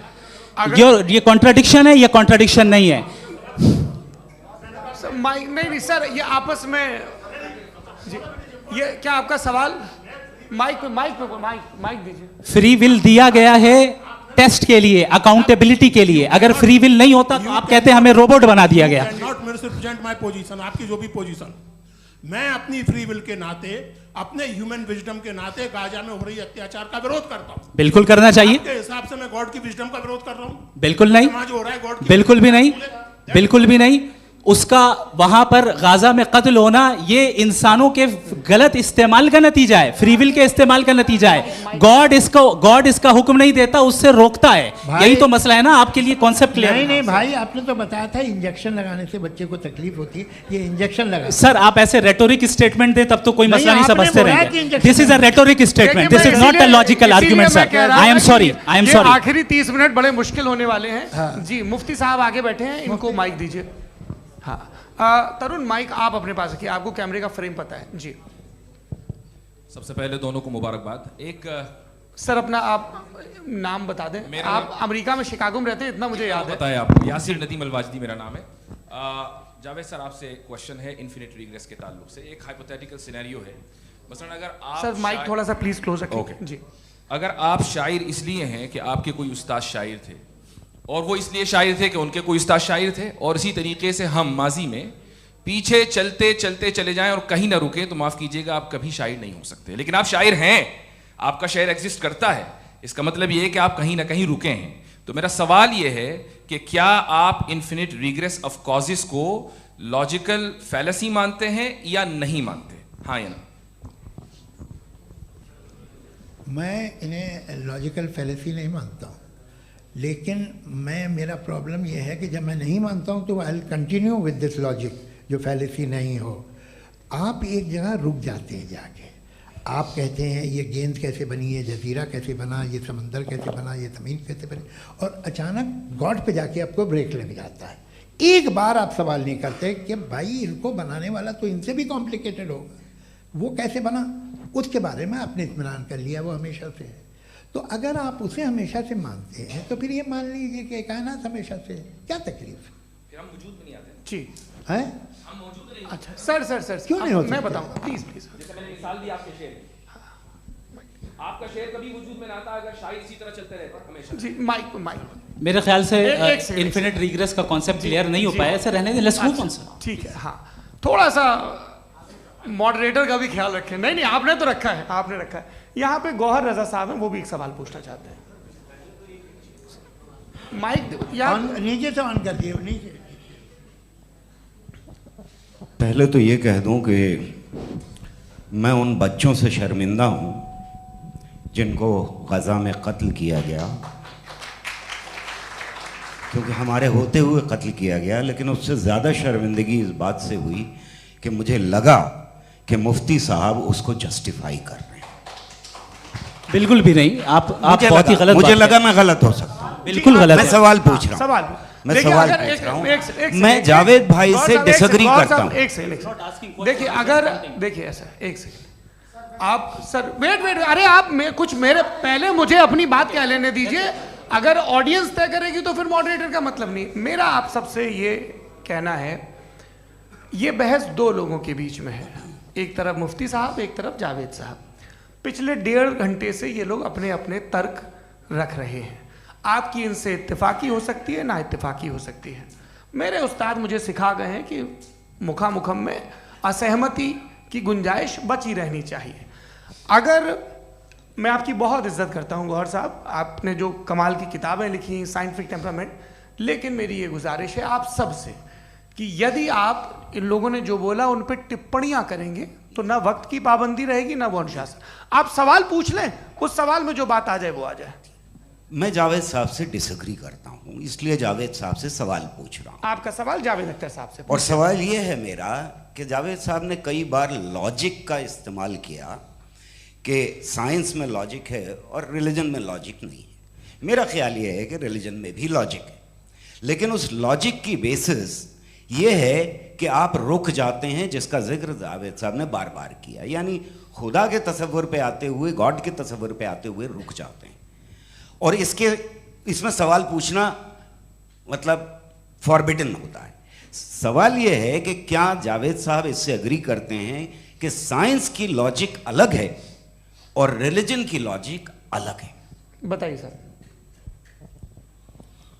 देखिए, तीन चीज़ें हैं, साइंस है, एक है मंतिक है, इस्तिदलाल है, और एक जो है कुछ भी नहीं है, फेथ है, अकीदा है। मैं अकीदे की लॉजिक का कायल नहीं हूँ। मुझे आप इस्तिदलाल से, लॉजिक से, रीज़न से समझाइए, मैं मानने को तैयार हूँ, मेरा क्या नुकसान होगा। लेकिन ये कि अकीदे पे मैं नहीं जा सकता हूँ। अकीदे का मतलब है कि तुम ये मान लो, सवाल ना करो, ये नहीं।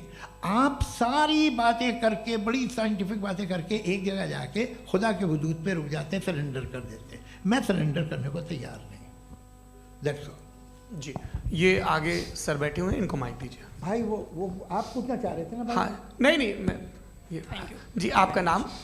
आसिम इफ्तिखार। आसिम जी, पूछिए।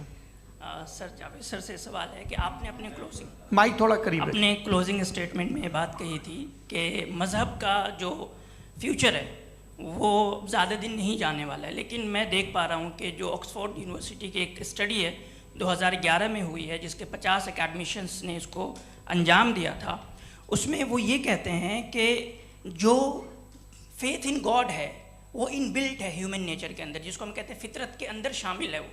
और वो ये कहते हैं कि अगर कोई ये समझता है कि मज़हब को वो ख़त्म कर देगा तो ये उसकी गलत फहमी है। तो आप इसके बारे में, इस स्टडीज़ के बारे में क्या कहते हैं? ठीक है, मैं उनसे एग्री नहीं करता हूँ। वो कौन से प्रोफेसर होंगे? ऐसा उनके क्या पास डेटा है, इन्होंने डेटा के बेस होगा। डेटा क्या हो सकता है? फ्यूचर का डेटा तो नहीं हो सकता ना उनके पास, प्रेजेंट का डेटा हो सकता है। डेटा आपने सुना 100 साल पहले का बाद का डेटा? मैंने तो नहीं सुना आज तक। तो आज उनकी ये राय है और होगी राय, ठीक है। दुनिया में तरह तरह की राय है लोग, लेकिन मैं समझता हूँ कि वक्त के साथ इंसान ज़्यादा से ज़्यादा रीज़नेबल और लॉजिकल होता जा रहा है। आज आप देखिए वेस्टर्न यूरोप में क्या परसेंटेज है नॉन बिलीवर्स की, बहुत हाई। वहाँ चर्च खाली पड़े होते हैं। तो अल्टीमेटली को इंसान कोई ऐसी बात बहुत अरसे तक नहीं मान सकेगा, चाहे गलत या सही, जो उससे उसके दिमाग को, उसके जहन को, उसकी लॉजिक को अपील न करे। वो कह रहे हैं तो ऑक्सफोर्ड के होंगे तो कैम्ब्रिज के होंगे, तो मुझे क्या लेना देना। उनका डेटा मुस्तकबिल का नहीं हो सकता है। जी दीपक, हाँ पूछिए। मैं आऊँगा, अभी पीछे की साइड भी आऊँगा, माइक वहीं भेजूंगा 2-3 साल के लिए। जी जावेद साहब, आपसे सवाल है। नमस्ते। अरे भाई सर, अगर आप ही लोग तय करना है तो फिर 200 लोग तय कर लें। ये एक साथ नहीं sir, please don't do this sir. Everybody has a right sir, but we can only take selected questions. No sir, ये यंग लोग भी हैं तो इनकी ये अब उतने यंग, भाई आप यंग हैं कि नहीं है? वो कह रहे हैं वो भी यंग हैं साहब, आप उनकी नौजवानी पर दावा उनको ही करने थे। हाँ मुफ्ती साहब आप यंग, हाँ पूछे। अरे भैया सर, मेरा सवाल ये है, कुछ इनसे भी तो पूछो। जी नहीं, बस आपसे एक सवाल है। जैसे थीस्टों के पास अपने जो ईश्वर को मानते हैं उनके पास अपने सोशल गेट टुगेदर्स हैं। 5 रोज़ आज क्रिसमस आने वाला है, होली है, दिवाली है, ईद है। एथिस्ट क्या ऑफर कर रहे हैं? मतलब मैं इनकी दुकान से बोलूं, मैं आना चाहता हूं उस तरफ, पर मैं अट्रैक्ट नहीं हो पा रहा हूं। मैं सोशल गेट टुगेदर्स क्या है आपके पास? वो ये कह रहे हैं कि जो धार्मिक लोग हैं, अलग अलग धर्म के लोग, उनके उत्सव त्योहार, कांग्रेगेशन बहुत हैं। अब आपको मैं एक सुनाता हूँ, यहाँ हिस्टोरियन भी बैठे हैं। मृदुला जी, आप बताइएगा सही है कि नहीं। ये एक कॉन्स्टेंटाइन, एक ग्रीक रोमन बादशाह था जो क्रिश्चियनिटी आने के 400 साल बाद उसने डिसाइड किया कि मैं क्रिश्चियन हो जाऊंगा, मेरी पूरी स्टेट कैंसिल हो जाएगी। उस ज़माने में ऐसे ही होता था, राजा जो धर्म इख्तियार करता था वो जनता भी कर लेती थी। इसलिए कि वो हो गया था बैंकक्रप्ट, और उसे जो मेडिटेरियन कोस्ट के रिच क्रिश्चियन वो थे मर्चेंट, उससे पैसा चाहिए था। तो उसने कहा यार क्रिश्चियन हो जाओ। तो उसने अपने वजीर से कहा कि भाई ये हिस्ट्री है कि अब हम लोग क्रिश्चियन हो जाते हैं।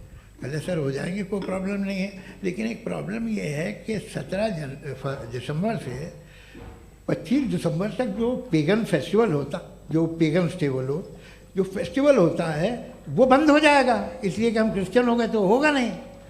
तो वो बच्चों को बहुत बुरा लगेगा, पब्लिक को बहुत इन्जॉय करते हैं, खासतौर से 25 को मेन डे। उसने कहा ये तो सही कह रहे हो, ये जीसस क्राइस्ट की पैदाइश कब थी? कहते साहब वो अप्रैल में थी। नहीं, कट करो, वो 25 दिसंबर को है। यह हकीकत है। और 400 साल बाद क्रिश्चियनिटी के अप्रैल से दिसंबर ले आए, और इसलिए कि यहाँ पेगन फेस्टिवल होता था। अब मनाते हैं आप आराम से। ये जो सारे फेस्टिवल हैं ये रिलीजन से, हर एक को एक इंटरटेनमेंट डिपार्टमेंट चाहिए होता है अपनी कंपनी चलाने के लिए। तो ये रिलीजन ने, ये सेकुलर त्यौहार थे जिन्हें रिलीजन्स ने ले लिया है। ये मौसम के थे, फसलों के थे, किसानों के थे, उसको आपने लेके रिलीजियस रंग दे दिया। ये कोई रिलीजन से थोड़ी आए हैं आप। अच्छा हमें देखिए, हम तो मुल्द हैं, हम ईद मनाते हैं, हम दिवाली मनाते हैं, हम होली मनाते हैं, हम क्रिसमस मनाते हैं। बम्बई की फिल्म इंडस्ट्री की सबसे बड़ी होली हमारे घर में होती है, सबसे बड़ी ईद हमारे घर में होती है। वो हमारे सोशल वो है, हमारा हेरिटेज है। ऐसा थोड़ी है कि we will throw the baby along with the water. ये तो अच्छी चीज़ है, इन्हें रखो, जो बेकार है फेंक दो। जी हाँ, हेलो जी, मेरा सवाल नादवी जी से है। जैसा कि आपने बोला कि गॉड टाइम के भी परे हैं और गॉड इतनी कॉम्प्लेक्स चीज़ है कि उसे ह्यूमन माइंड समझ नहीं सकता, और गॉड ने अर्थ पे फ्री विल भी दे दी है, तो आप अपना वक्त ज़ाया क्यों कर रहे हैं गॉड के बारे में बात करके? अपन को तो बात करनी चाहिए कि सोसाइटी को बेहतर कैसे करें। जी, मैं गॉड वही बताता है सोसाइटी को कैसे बेहतर करें। अभी मैं आपका जवाब देता हूँ। आपने कहा कि टाइम पे वो एग्जिस्ट नहीं करता, सो नहीं, मेरा सवाल ये है कि जैसा आपने बोला कि गॉड बहुत ही कॉम्प्लेक्स चीज है। मैंने कहा ही नहीं कि कॉम्प्लेक्स है, तो आपके अल्फाज हैं।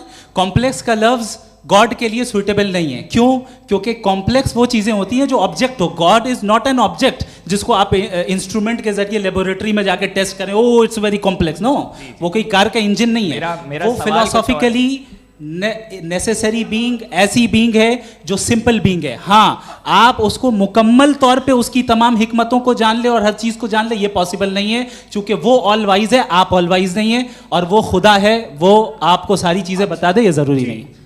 मेरा सवाल ये नहीं था, मेरा सवाल ये था कि जब गॉड इतना परे है इस दुनिया से कि उसने अर्थ पे फ्री विल भी दी है, हम सब ह्यूमंस की फ्री विल है, और जो सोसाइटी में हो रहा है वो अपन लोग डिसाइड करेंगे, तो अपन लोग डिसाइड नहीं करेंगे ना, अपन लोग डिसाइड नहीं करेंगे।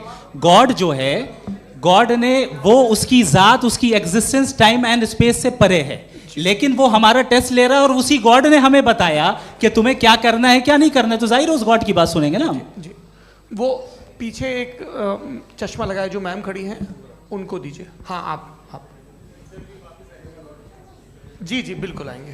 देखिए मैं कोशिश कर रहा हूँ सब तरफ जाने की। हाँ, उनको दीजिए माइक। जी, हेलो सर, मैं ओमनी प्रेजेंट नहीं हूँ, टाइम पाबंद हूँ, और जहाँ तक कोशिश कर सकता हूँ करूँगा। जी, अपना नाम बताइए। मेरा नाम उर्सुला है, मैं दिल्ली यूनिवर्सिटी की एक स्टूडेंट हूँ और मैं स्टूडेंट फेडरेशन ऑफ इंडिया से हूँ।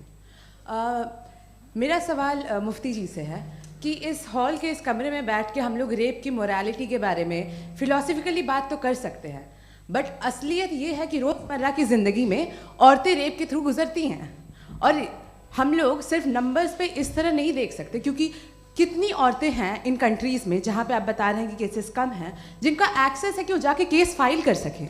कितनी औरतें हैं जो जिनको काम करने की आज़ादी है उन कंट्रीज़ में। यूरोप में ये आज़ादी आ गई, यूरोप में ये रूल्स आ गए, तो हम आज उसके बारे में बात कर पा रहे हैं। जी, जवाब। आपने ये कहा कि कमरे में बंद होकर हम लोग इस पर फिलोसफिकली बात कर सकते हैं, लेकिन हकीकत में क्या हो रहा है, वो ग्राउंड लेवल पे क्या हो रहा है जो बहुत गलत हो रहा है, और वो सफ़र कर रही हैं। आई एग्री, बहुत गलत हो रहा है, और जो गलत हो रहा है उसको हमें रोकना है। और क्यों रोकना है, वो गलत क्यों है, हमारे पास इसका ऑब्जेक्टिव फाउंडेशन है, इनके पास उसका ऑब्जेक्टिव फाउंडेशन नहीं है। मैं ये कहना चाह रहा हूँ कि जहाँ पे भी जुल्म हो रहा है, जहाँ पे भी औरत पे जुल्म हो रहा है, या उसकी इज्जत लूटी जा रही है, या उसे तकलीफ पहुँचाई जा रही है, और सिर्फ औरत नहीं, किसी इंसान के ऊपर भी जुल्म हो रहा है, तो उसके खिलाफ खड़ा होना, ये मॉरलिटी हमारे पास गॉड के पास से आई है। वरना जावेद साहब तो कह रहे हैं कि जो है मेजॉरिटी डिसाइड करेगी, तो मेजॉरिटी तो कभी भी बदल सकती है। क्या आप हाँ। ये थोड़ी सी आपको गलतफहमी है। मैं अगर मेरे जुमले से ये मदना निकला या मैंने कहा, तो ये जुमला मैं वापस लेता हूँ। ये मेरा मतलब ही नहीं था कि मेजॉरिटी डिसाइड करेगी। मेजॉरिटी डिसाइड करे तो दुनिया में बड़ी, वैसे आपने कहा था ये जुमला। अच्छा, हो सकता है, मैं मान रहा हूँ, बाद में रिकैप कर लेंगे। अरे एक सेकंड, मैं अपनी एक्सप्लेनेशन देता हूँ। मुनासिब बात यह है कि हम सब के सब दिल में जानते हैं कि कि क्या अच्छा है क्या बुरा है, हमें पता है अच्छी तरह से। जो लोग बुरे काम करते हैं उन्हें भी मालूम अच्छा क्या है। यही तो सवाल था हजरत कि फिर ये मोरालिटी आई कहाँ से? क्रॉस एग्जामिनेशन, हाँ जी हाँ। मोरालिटी साथ रहने की डिजायर से आई, यानी साथ रहकर जो कुछ कह दे जो कुछ कर दे वो हो जाएगा? नहीं नहीं, तो आप कायदे से रह ही कर सकते हैं जब तक लोगों में मोरालिटी हो, वरना क्यास हो जाएगा। ये आपको कैसे पता? जी हमने देखा ना जहाँ मोरालिटी का क्यास हो गया, हम देखते हैं। कहाँ पे देखते भाई हैं? दुनिया में आप जो कह रहे हैं, आप कहीं पे अगर गलत हो रहा है इस बहस तो के उसको बाद आप मैं गलत देखिए। आप एपिस्टेमोलॉजी की बात कर रहे हैं, मैं ऑन्टोलॉजी की बात कर रहा हूँ। मैं इस बहस फाउंडेशन के बाद क्या आप दोनों लोगों को चाय पे फाउंडेशन होस्ट करूंगा, वहां पे क्रॉस एग्जामिनेशन कर लीजिएगा। अभी ऑडियंस का हक मार रहे हैं आप लोग भाई, सर जस्ट लोग हैं आप लोग। और ये भाई ये हाँ उधर उधर आएंगे, उधर इनको आएंगे जी सर, आएंगे आएंगे। अच्छा सर मेरा नाम लईकुर रहमान है और मैं अलीगढ़ मुस्लिम यूनिवर्सिटी का स्टूडेंट हूँ। और जहाँ तक मुझे पता है कि sir you are also product of Aligarh Muslim University. मैं भी उसी चमन का बुलबुल। हाँ सर, तो बहुत खुशी हुई मुझे जान करके कि मैं आपसे मिलूंगा। सवाल सर मेरा सवाल यह है, सर सैयद अलैहिर्रहमा का नज़रिया यह था कि खुदा के वजूद को अक़ल के दायरे में रह कर के तलाश करना, न कि पूरी तौर से उसका इनकार कर देना। Sir how will you define it? नहीं तो ये तो आप इन्हें बताइए। ये सवाल आपसे कि खुदा का वजूद साबित कर रहे हैं तो सर आपने इनकार कर रखा है, इस वजह से मेरा क्वेश्चन उन्होंने यही सर से एक सेकंड, सर सैयद ने यही कहा ना कि अक्ल से आप खुदा के वजूद को साबित नहीं कर सकते, यही कहा ना भाई। वो उन्होंने कहा कर सकते हैं और वो कर दिया गया आज। वो फोन दो। तलाश करना या साबित करना अक्ल से अक्ल से नहीं हो सकता। अरे सवाल तो सुन लीजिए जी। अक्ल से नहीं हो सकता है, यही कहा ना आपने। अक्ल से हो सकता है? अरे वो यही कह रहे हैं भाई, आप बता रहे हो सकता है, वो तो कुछ और। आप अगर सर देखो नौजवान फोन ले लो, वो इतनी कमाल की यूनिवर्सिटी है। अरे भाई दे दो जरा, एक मिनट दे दो भाई, मेरी बात सुनो, माइक पे बोलो ताकि जो लाखों लोग देख रहे हैं। माइक दे दो ना। अरे देंगे ना माइक, तुम ठहरो तो। हाँ सर मेरा सवाल ये था कि सर सैयद अलैहिर्रहमा का एक नज़रिया था अपना कि खुदा का जो वजूद है उसको अक़ल के दायरे में रह कर के तलाश करना है, न कि पूरे तौर से इनकार कर देना है। ये उनका कॉन्सेप्ट था। लेकिन मेरा सवाल ये है कि आप इसको कैसे डिफाइन करते हैं, एक्सप्लेन कैसे करेंगे, मैं आपसे जानना चाहता हूँ। चूँकि you are the product of Aligarh Muslim University. मुझे अक़ल के दायरे में रख के मैंने बहुत तलाश की, मुझे मिला नहीं। हाँ ये इधर उधर वो चश्मा लगाए जो, हाँ उनको दे दीजिए। जी जी फटाफट पूछिए, बस 5 मिनट है, 5 मिनट में खत्म हो रहा है। हाँ अस्सलाम वालेकुम मुफ्ती साहब। एंड मेरा सवाल जावेद अख्तर साहब से। क्या नाम है आपका? अरे भैया सब मुझे पूछ रहे हो। फैज पूछिए फैज साहब। तो मेरा सवाल ये है कि अभी जो एथियस्ट है वो problem of evil argument use कर रहे हैं अगेंस्ट मुस्लिम्स, राइट? कि इस दुनिया में इतना सारा इविल है और अगेंस्ट मुस्लिम तो यहाँ अगेंस्ट थियस्ट। हाँ थोड़ा सा करेक्ट कर लीजिए भाई। पूरी मशक्कत ही इसी बात की थी कि किसी एक मजहब पे बात न टिके। जी तो बेसिकली ये आर्ग्यूमेंट ऐसा है कि इस दुनिया में इतना ज़्यादा ईवल एग्जिस्ट करता है और अगर एक ऑल गुड गॉड है तो वो रोकता क्यों नहीं है? लेकिन इस सवाल में एक हिडन अजम्पशन ये है कि इस दुनिया में ईवल एग्जिस्ट करता है। अब एथियस्ट ये कैसे ऑन्टोलॉजिकली प्रूव कर सकते हैं कि इस दुनिया में ईवल एग्जिस्ट करता है? मैं आपको बताता हूँ, थोड़ा सा समझा। नहीं सर हम लोग इनको सुनने आए। नहीं please don't do. I want to explain ontology. नहीं हम समझ गए सर, इनको अब जवाब देने दीजिए। अच्छा सवाल पूछ लो। मैं अभी तक क्या था वो मैं थोड़ा सा ऐड ऑन कर लेता हूँ। तुम गुरु, तो हम जब इसका राउंड 13 करेंगे ना तब तुमको स्टेज पे बिठाएंगे। जी तो हाँ जल्दी से। तो देखिए एथियज्म के हिसाब से सब कुछ रैंडमली बन गया है, सब कुछ एटम्स और मॉलिक्यूल्स है। एक पत्थर में और मुझ में सिर्फ इतना फर्क है कि हम लोग एटम्स और मॉलिक्यूल्स का अलग अलग रीअरेंजमेंट है। अब एक पत्थर को कोई इंसान तलवार से 2 टुकड़ों में काट दे या मुझे, according to atheism it is same. There is no evil and good according to atheism. जी अच्छा फैज साहब का सवाल ये है कि हाँ कोशिश भी करते तो इससे गलत सवाल नहीं कर पाते। एक लाइफ फॉर्म है और लाइफ फॉर्म में फीलिंग्स हैं, मतलब लाइफ फॉर्म सुनता है, देखता है, टेस्ट कर सकता है, फील कर सकता है। तो उसकी जो क्वालिटी इस बबल में आ गई हैं वो जानवर में भी है, इंसान में भी है। तो जाहिर है कि उसे कोई तकलीफ पहुंचेगी, तो चूंकि उसके पास वो सेंसिटिविटी है तो मैं करेगा। पत्थर में वो सेंसिटिविटी नहीं है। तो ये क्या सवाल हुआ कि अगर पत्थर को काटा तो पत्थर को तकलीफ नहीं होती, तो आपको काटे तो आपको क्यों तकलीफ होगी? बैठ जाइए। जी हाँ अगला सवाल। हाँ पूछे जी जावेद अख्तर साहब। अरे भैया सब आप लोग मुफ्ती साहब को छोड़ रहे हैं, तो मेरे ही पीछे पड़े हैं क्या? चलो बोलो भाई। You asked how God can exist when children die in Gaza. हाँ? You asked how God can exist when children die in Gaza, and you also mentioned the rise of atheism in Europe. But the same events also are leading many atheists and non-believers to turn towards faith. How do you interpret this contradiction, where suffering pushes some away from God, yet brings others closer to belief? देखिए, आपको एक बात बताऊं, दुनिया perfect तो कहीं भी नहीं है, हर जगह कुछ खामियां हैं। बेटा एक मिनट, आप ही को कहेंगे, देखो वो तो कुछ खामियां, कमज़ोरियां, खराबियां सब जगह है। लेकिन अगर देखोगे ईमानदारी से कि दुनिया सबसे ज़्यादा महज़ब कहाँ है, एक आम शहरी को कहाँ हुकूक हासिल हैं, वो बोल सकता है, अपनी मर्ज़ी से काम कर सकता है, अपनी मर्ज़ी से राय दे सकता है, हुकूमत के ख़िलाफ़ बोल सकता है, बरसर इक़्तिदार लोगों के बारे में बोल सकता है, सरमायादारों के ख़िलाफ़ बोल सकता है।